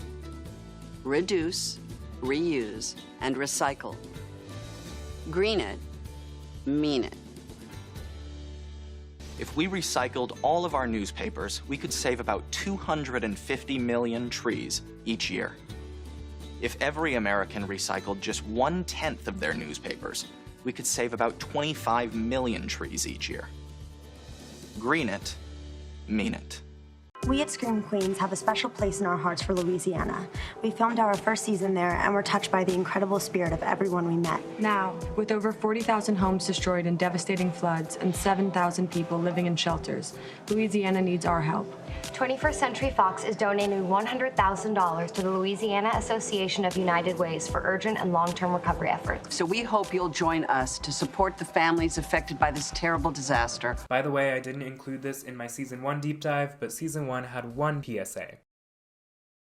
Recently, an 11-year-old boy named Logan shared his story online about being cyberbullied. The comments that appeared on his Facebook page ranged from, "I hope that he dies," to "squeal piggy squeal." The words were piercing and difficult to get through, but he shared his story online to offer others hope. Logan is a courageous kid, and my hope is others will be as well. Hi, I'm Emma Roberts. I ask you to join me in wearing a blue shirt and make that day the day that bullying prevention is heard around the world. This global initiative brings awareness and educates the public about this serious issue. It offers hope to every student who can't stand up for themselves. Please stand up against bullying and help to empower others. It's up to all of us. Help me spread the word. A 16-year-old girl from New Orleans was ostracized for playing sports after school. Her classmates teased and taunted her, saying that any girl who played as much sports as she does must be gay. She was so tormented, she isolated herself from everyone, even her friends. She let her classmates' hurtful words get in the way of fulfilling her dreams on the field because she felt the need to fit in. Please join me in wearing a blue shirt and make October 5th the day that bullying prevention is heard around the world. This global initiative brings awareness and educates the public about this growing issue. Please stand up against bullying. It's up to all of us. Let's go blue together. Season 2, Episode 9 is called Lovin the D, and I won't bury the lead. I think this episode is a great rebound from a pretty dreadful string of episodes. Back in the day, I used to like the Blood Drive episode a lot, but on these latest rewatches, it's Lovin the D that really stands head and shoulders above the rest of the Season 2 episodes. Given it's the penultimate episode, they really had no choice but to lock in with an episode that can hook whatever viewers were left on the following week's finale, and the resulting episode is a fast-paced one that ups the season's absurdity in a way that feels much more self-aware, and the episode is genuinely funny. It's really the saving grace of the season, because if episode 9 was as much of a slog as episodes 7 and 8 were, I don't know if I would ever rewatch this season past episode 6. But luckily, this episode's my favorite of the season, and without further ado, it begins with Chanel discovering an elaborate shrine made by one of the green meanies, with a hospital bed covered in swamp material and a knifed up mannequin dressed up as a Chanel, complete with a Kappa Kappa Tau tee. The Chanels are then confronted by the green meanies, and the following sequence really boils the show down to its title, as I think it may be a record for the most screaming in a single scene on this show.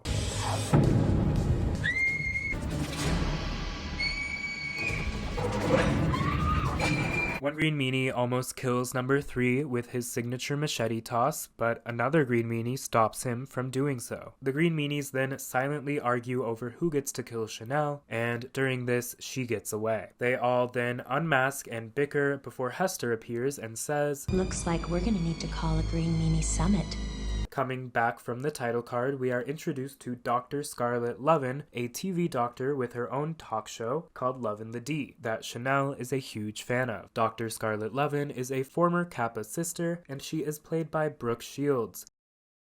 Dr. Arthur Annenberg then arrives at the Cure Institute to investigate the disappearance of his colleague Slade Hornborn, or as I accidentally wrote in my notes, Slade Hongbong, who was of course murdered in the last episode, and Arthur begins to prod about the Chanel's credentials, so Dr. Dean Munch orders the Chanels to take the MCATs. Then in the flesh, Dr. Scarlett Lovin visits the hospital and the Chanels are starstruck. You see, the surgery from 2 episodes ago that Kathy saw as a PR opportunity worked, and it caught Scarlett and her producers' attention, and they now want the Chanels and Brock to do another miraculous operation, this time live on her show. Brock then drops the bomb that the Chanels aren't technically real med students, and Scarlett pulls the plug. So Chanel says, "We'll take the MCATs." Yeah, why not? We're fine with it. We'll take the MCATs. Hester then holds the Green Meanie Summit with Cassidy, Ingrid, and Wes, and she reminds us all who her father is. Wes is my dad. Wait, what? Seriously? That's right. Yeah, it's real. Believe me, I was as surprised as you when I found out. Solely for fan wiki purposes and videos like this, it seems, Hester then forces the 3 Green Meanies to claim their kills. Catherine Hobart was killed in episode 1 by Cassidy Cascade, Tyler was killed in episode 2 by Cassidy as well, Randall 2 in episode 3, Sheila Baumgardner was killed in episode 3 as well by Wes, as he says he arrived in town earlier that day. I killed Sheila, but I ran off when I saw Zadie because her and Grace were they're like besties. The dearly beloved Chad Radwell was offed by Wes also in episode 3, that cold-hearted son of a gun. Wes was also the meanie who caused all the episode 4 Halloween havoc by poisoning the apple-bobbing water and stabbing Chanel number 5 in the spine and defibrillating Denise. The Hamilton massacre was committed by Cassidy, and in episode 5 Cassidy also killed Chanel pour homme and Chanel number 11. Both Cassidy and Ingrid killed Chanel number 9 in episode 6, as we know, and Ingrid's solo kills were Chanel number 10 and Slade Hornborn in episode 7. And finally, as we know, Chamberlain was killed by Wes in episode 8. The Green Meanies then try to decide who gets to kill the remaining survivors. Basically, they all have a bunch of conflicts of interests, since both Ingrid and Wes have personal vendettas against the Chanels, and Cassidy wants to protect Chanel number 3. Ingrid and Wes get into it over who gets Chanel, and Hester provides an argument for Ingrid that is made all the more ironic when you remember that Hester is actually the one who turned on the deep fryer that turned Chanel's prank into Miss Bean's murder. She has a point. Grace is still alive, and Miss Bean died in the most awful way, so she has an honest reason for revenge. Hester then holds a vote, and by 3-1, Ingrid gets to kill Chanel. The Green Meanie Summit then results with the remaining kills divvied up. Ingrid will kill Chanel, Wes will kill Chanel number 5, Chanel number 7, Chanel number 8, and Kathy. And Hester gives Cassidy the responsibility to kill Chanel number 3. Yeah, that's really gonna happen. It is. I'm gonna kill her so hard. Later, Chanel number 3 once again asks Cassidy to stop killing, but he says that this is just too important to his mom to stop. So number 3 suggests that it may be time for him to stop depending on his mom so much and to start making decisions for his own good. Cassidy then confesses that he's scared of his mom, so number 3 proposes that they go talk to her together. Chanel number 3 then makes what I believe to be a Twilight reference. Most girls are not going to be into the whole raise to be a revenge killer thing. It's like having one of those tribal tattoos around your bicep. It's a deal breaker. Twilight fans, let me know in the comments if there's any more Twilight references in this season. I'm not super familiar with the series, so some may have gone over my head. Looking back though, Catherine Hobart suffering from Wolfman syndrome might have been an intentional nod, and also looking all the way back to the pilot of the series, Grace and Wes of course play 1,000 Years, which was featured on one of the Twilight soundtracks, and in that very car ride, they discuss watching the Twilight movies, and they both declared that they were Team Edward. Awkward. Elsewhere, while helping her study for the MCATs, Brock abruptly and aggressively chokes Chanel. Since he just got a new non-killer hand, this is particularly concerning to Chanel, who then runs off to another room, where she finds Ingrid Hoffel filling a tub with fryer oil that she clearly intends on killing Chanel with as an ode to Miss Bean. You should try it when it's all ready. No thanks. I have some bad memories of fry oil. Later! Brock goes to Hester for help with his murdering problem. One person. Okay, I killed one person. But to be fair, I did oversee the killings of a few other people. Hester, you killed Pete, the pizza guy, Miss Bean indirectly, and most definitely Gigi too. That's 4 people. Hester suspects that Brock may be a killer, and this revelation makes her want him bad, so they make out on top of a corpse. Then Chanel number 7 finds a plate of cookies in the middle of the hall. Snickerdoodles, my favorite.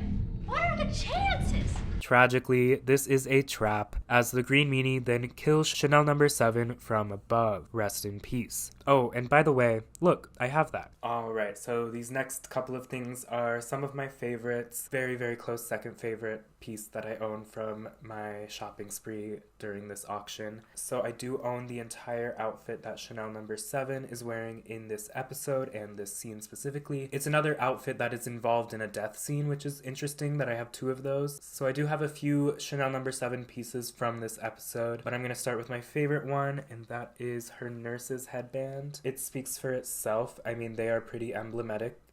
They are pretty emblematic of season 2, the Chanels and their nurses' headbands in each episode, pretty much. The Chanels are in slightly different nurses' headbands. So these were made by Arturo Rios. I haven't looked him up recently, but back in the day he had a lot of things available online in the headband variety. But anyway, he made several custom nurses' headbands for Scream Queen Season 2. And if you pay attention to them, you'll notice that they change pretty much every episode. This Chanel number 7 headband is specifically for episode 9, as is the dress I have, although she does wear a very similar dress in all of her other episodes, but I believe mine might be different because it might have been the one used during the stunt, similar to how I have the stunt Chad costume. The reason I think that is because there is damage on it, but it could be the same dress. There could have only been one dress. Nonetheless, this is the headband. This is my favorite Chanel number 7 piece. I really love the reflectiveness of the sequins. I think that's also really something that all of the nurses' headbands have, and so it's a pretty prominent visual element of their costuming throughout the season. So the fact that I have a piece of like these sequins that always catch my eye when I'm watching the show, and I can like see how they reflect in real life. What's really cool is watching it on camera right now. It looks a lot like how it looked on the show, the way it's reflecting off of these studio lights. So I don't often get to see it reflect as close to how it looked on the show as I am right now. So that's the next piece I have is from Chanel number 7 still, and it is from her costume in this episode. It is this really, truly gaudy necklace, but I love it so much. And the necklace also came with a ring that matches. Alright, so this next Chanel number 7 piece, I won't lie to you, it is in the worst condition, but it's the same condition that it arrived to me in 8 years ago. So this is the dress that Chanel number 7 wears in episode 9. Again, she wears the same dress in other episodes as well, but I can't be certain it's this one. This one I know for certain has to be the one she wears when she dies because it has sustained some damage. As you can see, this is a thread that is poking out. This pearl used to go all the way around. As you can see on the show, it connects always on the show, but not anymore. And again, it was never connected when I got it. It's fully just missing that section of pearls that connected to the back. So I assume that fell off probably during the kill scene of Chanel number 7. Rest in peace. Aside from that, it came to me very wrinkled. It is still very wrinkled. I should steam it. Chanel number 5 discovers number 7's body, and Kathy and Arthur come to the rescue, and then Kathy passes out, which gives them the perfect excuse to take Arthur away from the crime scene. We then catch up with Zayde, who is still in her second Silence of the Lambs well of the series, where she manages to hear Cassidy's voice from above. Cassidy Cascade? He's the baby in the belly. Mazel tov, Nancy Drew. Cassidy has brought number 3 home to help him convince Jane to stop murdering, and Jane reveals she's done some light research on number 3's social media, and honey, the library is open. She's heiress to the Swinson frozen food fortune, who was disowned when she was put into an insane asylum. She describes herself on Facebook as pansexual, which as far as I can tell is just bisexual for millennials who want even more attention. And don't even get me started on the earmuffs. Chanel number 3 then tries her own set of reads, and she finally says what we have all been thinking. No one who worked at the hospital back then still works there. You're mad at architecture and geography. With an angle and a devil on his shoulder, Cassidy decides to stay with his mother. Panicked because the plans of their on-air surgery leaked and now all of the other TV doctors are trying to beat her to the punch, Scarlett tells Chanel that she needs to do the surgery tomorrow, and thus the girls need to pass their MCATs tonight. The Chanels then take their test with some bedazzled calculators, but unbeknownst to number 5, Chanel is receiving in-ear assistance from Brock, and number 3 is getting help from Cassidy. By morning, the results results are in, and all of the girls passed with flying colors. Only Chanel number 5 did so without cheating, which of course nobody cares about. Genius! No one cares! Damn it, number 5, shut up! Later, in an attempt to supersede the decisions made at the Green Meanie Summit, Wes poisons a coffee cup and labels it for Chanel Love Brock. As the Lovin the D crew sets up lights and cameras, Scarlett mixes up her own coffee with Chanel's poisoned coffee, and she begins to foam at the mouth before dying right then and there.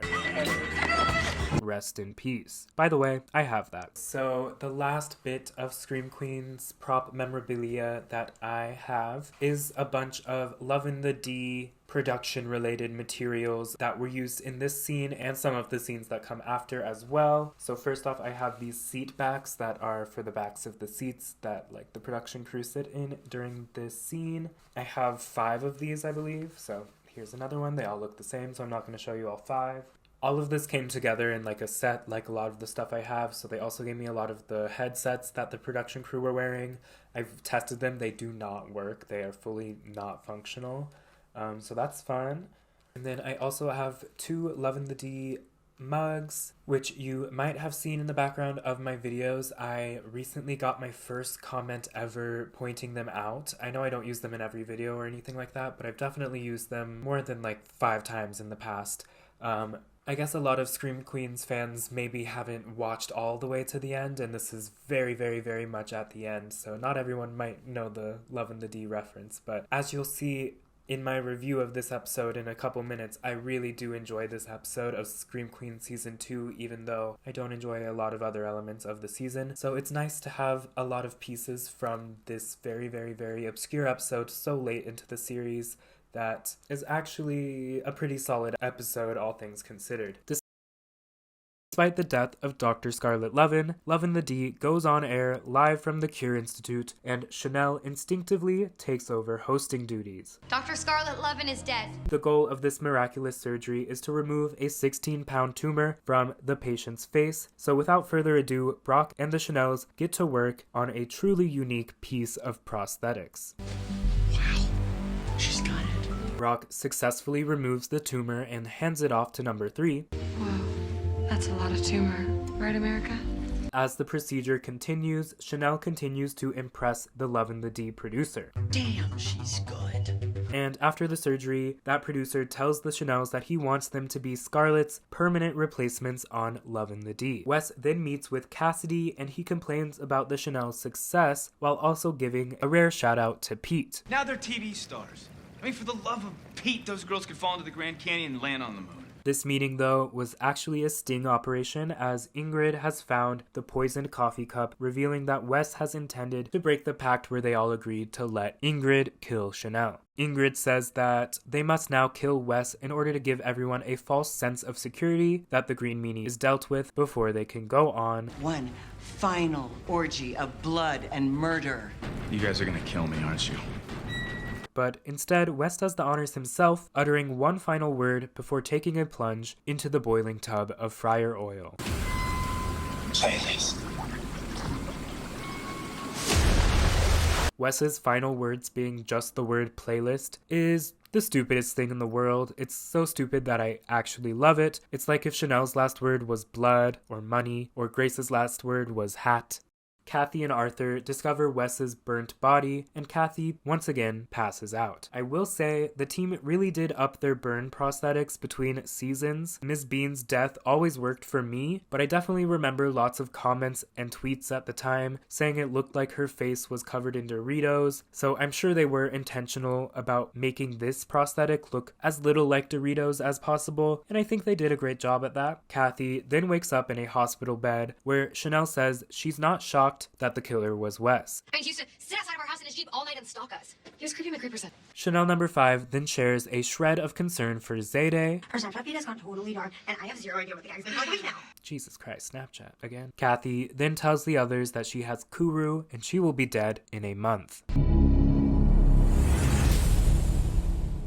Like I said earlier, this episode is my favorite of the season nowadays. The season has taken itself less seriously and less seriously as time has gone on, but in this episode particularly, it feels like things have taken a turn to the show becoming a parody of itself, and in this episode it actually works. Obviously, I would still much prefer something more along the lines of season 1, but whatever absurd, campy, weird tone they found themselves in this episode, I do like as well. The worst episodes of season 2 try to make Scream Queen something it's not, like some quirky medical drama where people are talking in stupid accents for an entire episode. But in episodes like this one, the show isn't afraid to be Scream Queens. The episode focuses on the Chanels. They truly feel like the sole protagonist for the first time in the season, and also in the show. And in that, all of their individual dynamics and storylines have room to breathe. So many episodes this season separate the Chanels into different storylines, but because of how inherently comedic these three's chemistry is, you need them to be together and to share storylines. And that was the case for the majority of their scenes in season 1, and that's just another one of the weird developments in this season that, until this point, the Chanels have largely been separated. I wish the showrunners had come upon this tone and this realization that the Chanels need to share scenes together way earlier in the season, so that season 2 itself could feel as fun and campy as this episode does, but hey, better late than never, I guess. That said, it does suck that this newfound balance comes at the expense of the character of Zayday, who literally just gets kidnapped in the last 3 episodes because the writers didn't know what to do with her. Even with this strong episode, the season is still a frustrating season to watch because it never decides on who its protagonist is, and it just lets its major characters come and go as they please. But episode 9 does a great job at making Scream Queens seem fun again before another dreaded Ryan Murphy finale comes a-knockin'. The series finale of Scream Queens is entitled Drain the Swamp, and it begins with another one of the Green Meanie's death traps intended for the Chanels. This one's a baseball launcher, and Chanel is able to dodge all of the Meanie's high-speed balls before Chanel number 8 enters and takes the ball straight to the head. Don't worry though, she'll be alright. The baseball Meanie was Ingrid, meanwhile Cassidy tries to kill number 3, but he can't do it. The remaining Meanies, aside from Jane, then regroup, and Cassidy says he's out. If you're not part of the solution, then as far as I'm concerned, you are just another problem. Chanel number 8 ices her face, and Chanel forgives Brock for him literally strangling her. Hester then steals Brock for a sec and pitches a wild escape plan where they inherit all of the Radwell fortune that, remember, Kathy is now in possession of after every Radwell died in episode 3. All Brock needs to do is marry Kathy before she dies, and then this killer new couple, Hester and Brock, can buy Blood Island and live happily ever after. Just ignore the fact that Ingrid told us in episode 6 that Blood Island was basically inhabitable. It's full of giant flesh-eating spiders, rancid water, and an volcano that spews burning ash day and night. Hester then revives a fan favorite Hester line from season 1. Do you think you're man enough to take me inside that house and attack my crack? I guarantee you I'm man enough for that. I will always be there for you, and I will always let you attack my crack. At the edge of the swamp, Chanel number 8 is growing radioactive tomatoes because she's really into botany. It's the series finale, you guys, just go with it. After Ingrid lights a cig, Chanel number 8 warns her that her fertilizer is highly flammable, and this gives Ingrid an idea to create a bomb out of this fertilizer. The next day, Brock proposes to Kathy, and Chanel is actually really cool about it. Just kidding, of course she's not.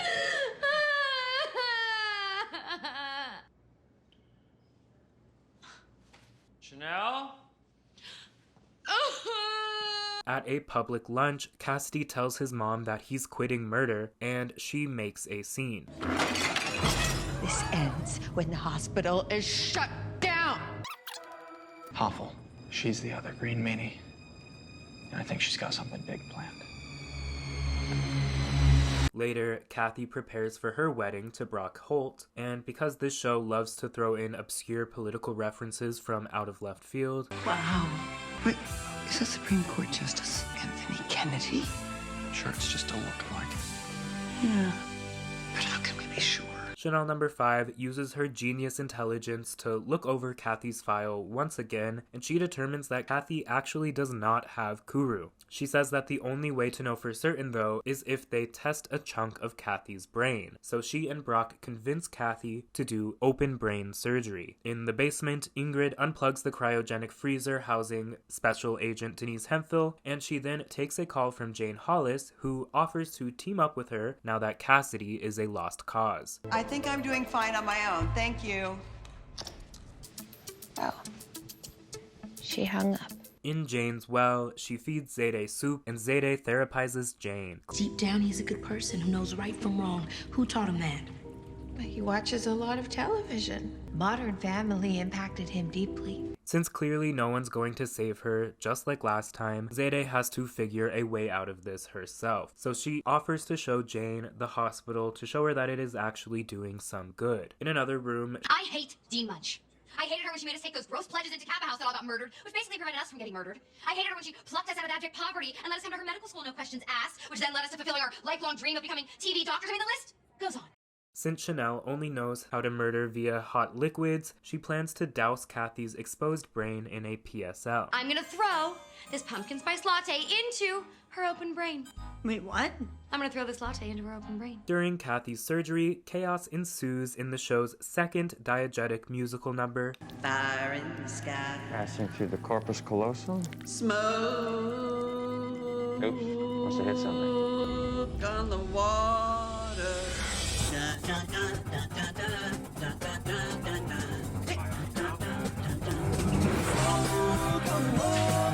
Sorry, I tripped! No, you didn't. I didn't do anything, I'm just a bad Chanel number 5 then presents the test results to Kathy, and as I spoiled for you in my season 1 video, Kathy does not have Kuru, and instead she's just severely dehydrated after not drinking any water for years. I only drink scotch. Which again isn't true, as she's canonically got a taste for apple cider and drank a whole poisoned jar of it in season 1. For confirmation, Kathy calls her friend from New Guinea, who tells her that she ate lamb brains and not human brains. Of course we don't eat human brains, you xenophobic piece of garbage. Kathy celebrates, and Chanel number 8 barges in with an announcement. Nurse Harker wants us all to go down to the basement. Grow champagne toast to celebrate the good news. How does she know? Oh, come on. In the basement, everyone then waltzes into Hester's old cartoonishly giant cage, and Ingrid pulls a gun on them and reveals her entire plan. Cassidy is the baby in the belly. He totally hasn't killed someone in like 3 days, so. My real name isn't Huffle, you evil little trollop. It's Bean.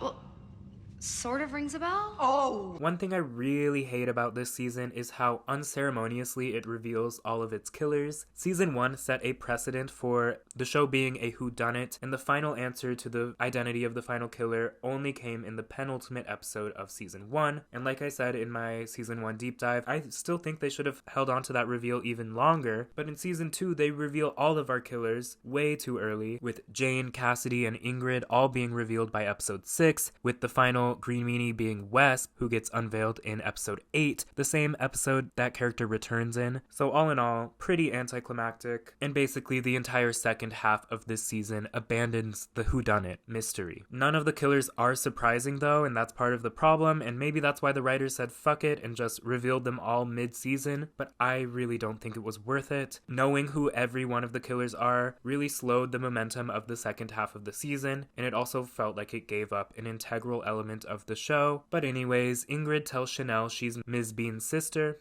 She was my sister and you killed her. And you let them get away with it, Dean Munch. I am so sorry about that. I don't know why Chanel doesn't just tell her that the fryer wasn't supposed to be on and whatnot, but as I've said about 50 times in this video, whatever. Zayde then barges in with Jane Hollis. Yeah, thank you guys for all your tireless efforts in trying to find me.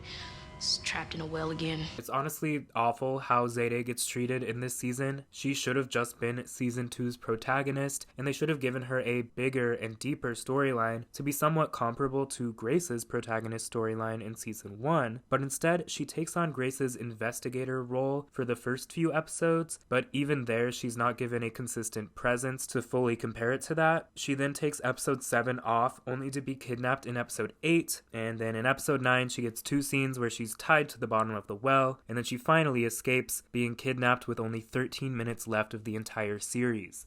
Well, I sure hope they wrap her character up in a satisfying way. Jane tells Ingrid that Zayde's therapy made her realize that she needs to let go of her anger, and she's practically begging to be shot as she inches closer and opens her chest up to Ingrid's gun.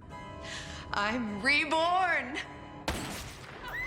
You saved me. You and Zayde Williams.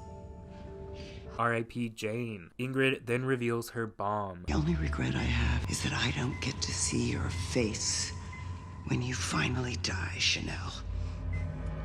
Ingrid then sends them off to hell with a heaping serving of fan service as she makes a nonsensical reference to Chanel No. 2. Have fun in hell. Oh, by the way, I heard there are no dinosaurs. See, despite what you've heard, hell sucks. It's not fun. Also, 0 dinosaurs. There's no dinosaurs? No. And then, with 11 minutes to spare, the writers choose to revive the other character that they wrote out in the middle of the season, Special Agent Denise Hemphill. My cryo chamber worked! The low temperature allowed my heart to beat slowly enough to regain its strength or something. Denise also gives us a timely political reference. How's Hillary working out? I mean, the first female president, and I missed the moment! Damn it! Chanel then informs Denise about the bomb.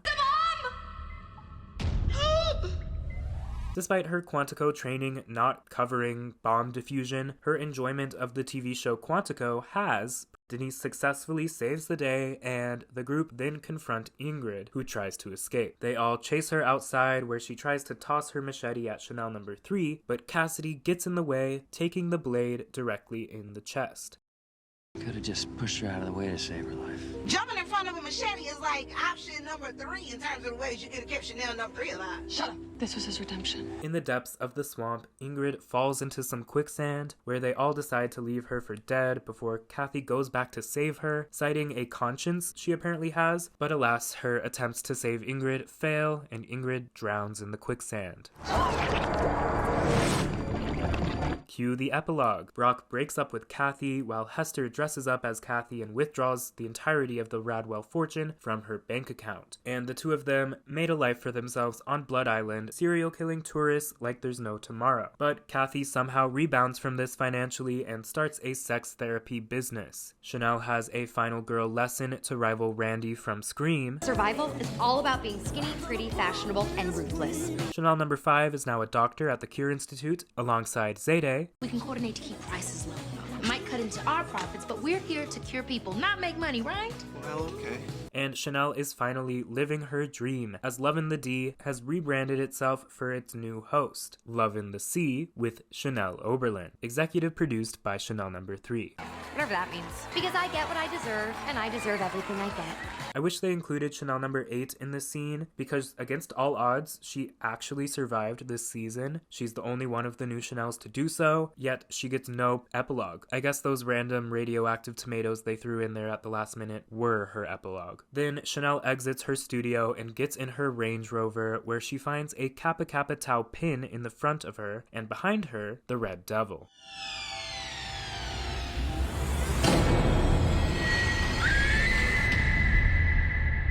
And that is how season 2 ends. This Red Devil's gotta be Grace, right? I mean, who else would it be? I hate that they couldn't get a Kappa Kappa Tau pin that looked like the ones from season 1. That would have really tied the whole show together and made it pretty clear that this Red Devil was intended to be Grace. And despite how unbelievable these turns on her characters that happen off screen during the season are, it would have been a shocking enough ending to be somewhat satisfying. But with this slightly different pin, it is vague. The fact that it's not the same pin just opens up more questions and makes it way less definitive.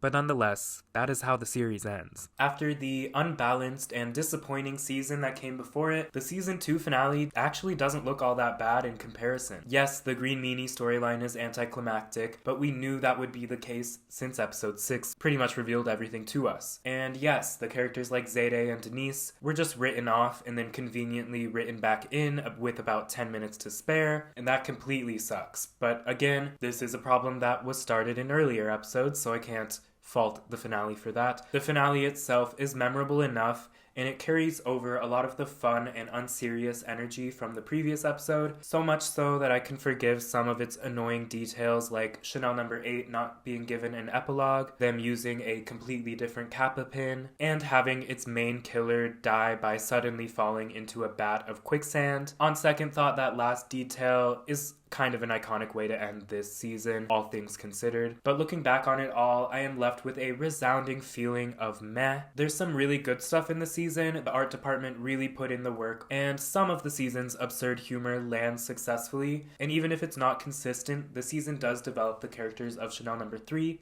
and Chanel number 5 in a mostly satisfying way. But with the good, there is still a lot of bad. That same absurd humor creates some truly unfunny moments, and sometimes it manages to taint an entire episode. Chanel, Kathy, and Chad stand out as characters that just do not feel like the same characters that they were in season 1. The writers are just writing them completely differently. And then characters like Zayde, Denise, Chamberlain, and Ingrid are underutilized, and in some cases it feels like the show just shoves them off screen because they don't know what to do with them. The resulting season has a couple of episodes that only feature sporadic appearances from the Chanels, and also episodes where Zayde is completely absent, or 6 straight episodes where Denise is cryogenically frozen. And every single one of those things is a cardinal sin in my eyes. As I touched on before, even if season 1 didn't arrive at the most climactic conclusion, because it didn't, so much of that season still felt highly intentional. There are of course exceptions to that, but nonetheless,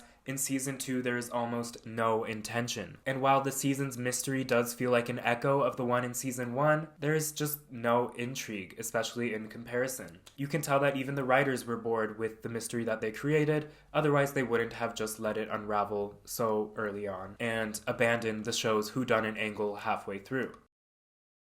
The fan response to season 2 was not exactly warm, as live viewership numbers dwindled to almost unheard of lows at the time. However, the fans that were still on board were giving the season the benefit of the doubt and seeing it through more or less, as there was still a decent amount of positive online discourse throughout the season from my experience. This is reflected in season 2's consistent IMDb scores, but after diving deep on both seasons, season 2 is anything but consistent. The showrunners followed up an ahead-of-its-time black comedy slasher whodunit season with a dumbed-down procedural slasher, and due to primarily poor writing choices like a completely uninteresting mystery that gets fully spelled out for us way too early, or completely changing the way characters like Chanel, Chad, Kathy, or Zayde were written, or also the complete and utter mistreatment of the characters of Denise and Zayde in the season. It truly was no shocker that on May 15th, 2017, Scream Queens was cancelled by Fox, and it was made official that a third season would not enter production for the fall 2017 season. The cancellation, taking place 6 months after the airing of the season 2 finale, definitely felt unnecessary at the time, and such a long wait allowed for fans like me to start building hope that maybe it was taking so long because there was hope that Fox would once again see value in the series that, on paper, was struggling to find an audience. And the thought that the show did have some hope to live on at this time was definitely not just fan fiction, as in January 2017 at a TCA panel, Fox executives stated, "It's very much still in consideration for a renewal. The ratings don't tell the whole story because it's such a young audience, you can't really even see the full picture."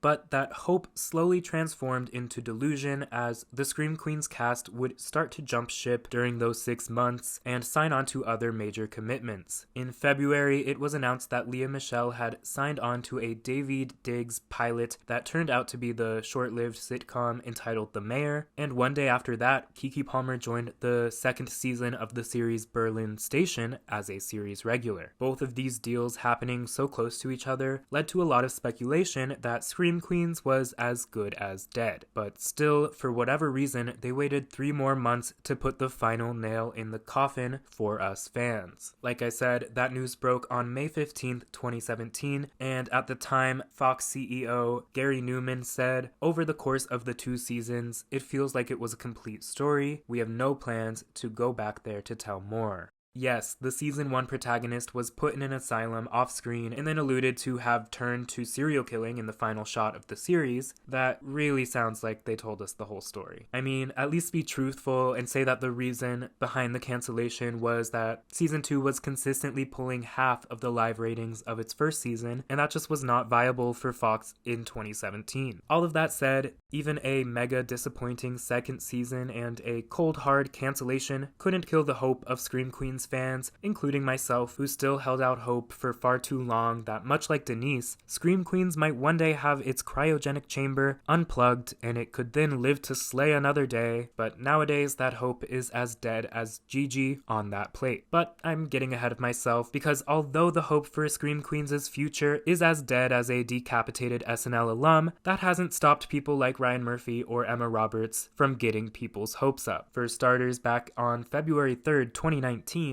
Ryan Murphy posted a photo of Chanel with the caption reading, "So many people have recently been asking me about rebooting or continuing Scream Queens. RIP, taken too soon. Emma, Billy, Leah, and I have mused on it, but question is, should it be a 6-episode limited, a catch-up movie? Who should I bring back? Would love your thoughts, so many questions." Under this post, many of the Scream Queens cast members expressed their interest in the continuation, including Emma Roberts, Billy Lord, Lea Michele, Niecy Nash, Glenn Powell, John Stamos, and Ariana Grande, just to name a few. Notably not mentioned in the caption, nor did they interact with the post, were Keke Palmer, Abigail Breslin, and Skyler Samuels. And honestly, I'm pretty retroactively pissed for all of them, but especially Abigail Breslin in this instance. Like, how rude is it of Ryan to muse on a 3rd season with Emma and Billy and not consult the 3rd primary Chanel? Like, at least out of respect. But with all that we now know, this post reeks of the teacher picking the mean girls as his favorites and then kicking all of their victims out of the class. The season 3 rumors ruminated for about a year until Ryan Murphy again reignited them by stating in an Instagram comment on May 5th, 2020 that he was quote-unquote working on Scream Queens 3. Similarly, over the years, Emma Roberts has liked comments on a few occasions that fans have claimed are proof that there's still hope for a 3rd season, but as we are now approaching 2025, Scream Queen Season 3 is not happening, and frankly I don't think it ever should. In another universe where everybody had an amazing time on the first season and certain people in power on the production weren't, I don't know, awful people, then I think now would be actually a great time to do a 10th anniversary 3rd season or movie or whatever they would do. Now would be perfect, but unfortunately the unprofessionalism of people like Ryan Murphy and Lea Michele have alienated too much of the primary characters that with good conscience any continuation shouldn't happen on the basis alone that it couldn't tell a complete story without characters like Zayday, Grace, or Chanel No. 5 even.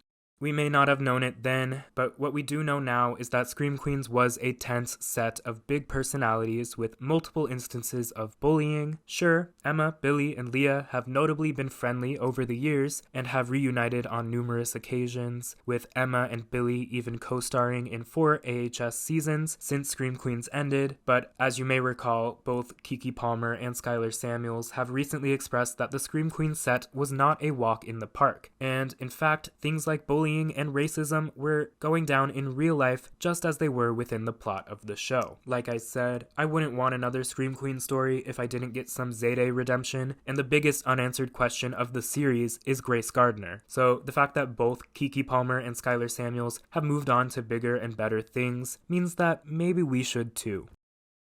Season 2 turned Scream Queens from a satirical and boundary-pushing black comedy murder mystery into a completely unserious and oftentimes nonsensical medical procedural horror comedy. Thanks to its production design, cinematography, performances, and its reliance on absurd humor and camp, though, the season is not a complete misfire. Fans of Season 1 will find plenty to appreciate and plenty to be furious about, as the season is constantly referencing and contradicting the events of its inaugural season. And by leaving behind both its college setting and its boundary-pushing satire, the season's writing feels especially watered down and dumbed down. Sure, I didn't always find Season 1's satire to be successful, but anyone could see that the intention during that season was to comment on the bigotry perpetuated by sororities and fraternities by rich and narcissistic college kids. And while I maintain that a lot of that season's satire lacked perspective that would have made it much more effective, the commentary on that alone is clear as day. In season 2, though, the comedy is just not serious. I can think of a handful of jokes at the expense of the American healthcare system, but if I were to say that the entire season is a satire commenting on the horrors of American healthcare, I think my arms may get a little tired from the reach. Again, it just didn't seem like it was their consistent intention to put a critical lens on the healthcare system in the same way that they were consistently doing in season 1. Instead, for much of the season, the show was just satirizing itself, and eventually by the final 2 episodes, Scream Queens does become a parody of itself. I've now rewatched season 2 about 12 times too many, but if you've never given it a watch or if it's been 10 years, I do think it's worth a revisit for any Scream Queens diehards out there, as long as you're not sitting there painstakingly taking notes and pausing and rewinding every 2 seconds like I was. It is a stupid, low-stakes fun season with some vaguely familiar characters. But with that, we have reached the end of my Scream Queens deep dive journey that has spanned the last 10 months of videos. Thank you guys so much for tuning in to each of them. I had a lot of fun making them, as the show will always hold a special place in my heart, even if, especially this season, does not hold up. And with that, I will see you guys soon on the next Blood Moon. I know for a fact that Zayday is the murderer, and she's planning on killing again. If you rearrange the letters in Zayday Williams' name, you get I may slay Liz Daw. Liz Daw. Liz Daw. Liz Daw. Who is Liz Daw? Who is Liz Daw? Who is Liz Daw? Who is Liz Daw? I don't know. But clearly, Zayday is contemplating slaying her. Slaying her. Slaying her. What? Slaying her. What? Slaying her. What? Who is Liz Daw? Slaying her. What? Who is Liz Daw? Who is Liz Daw? Thanks for joining us. Oh, we did say it. So we're doing make sure you watch Scream Queens on Fox. Were we the best ones?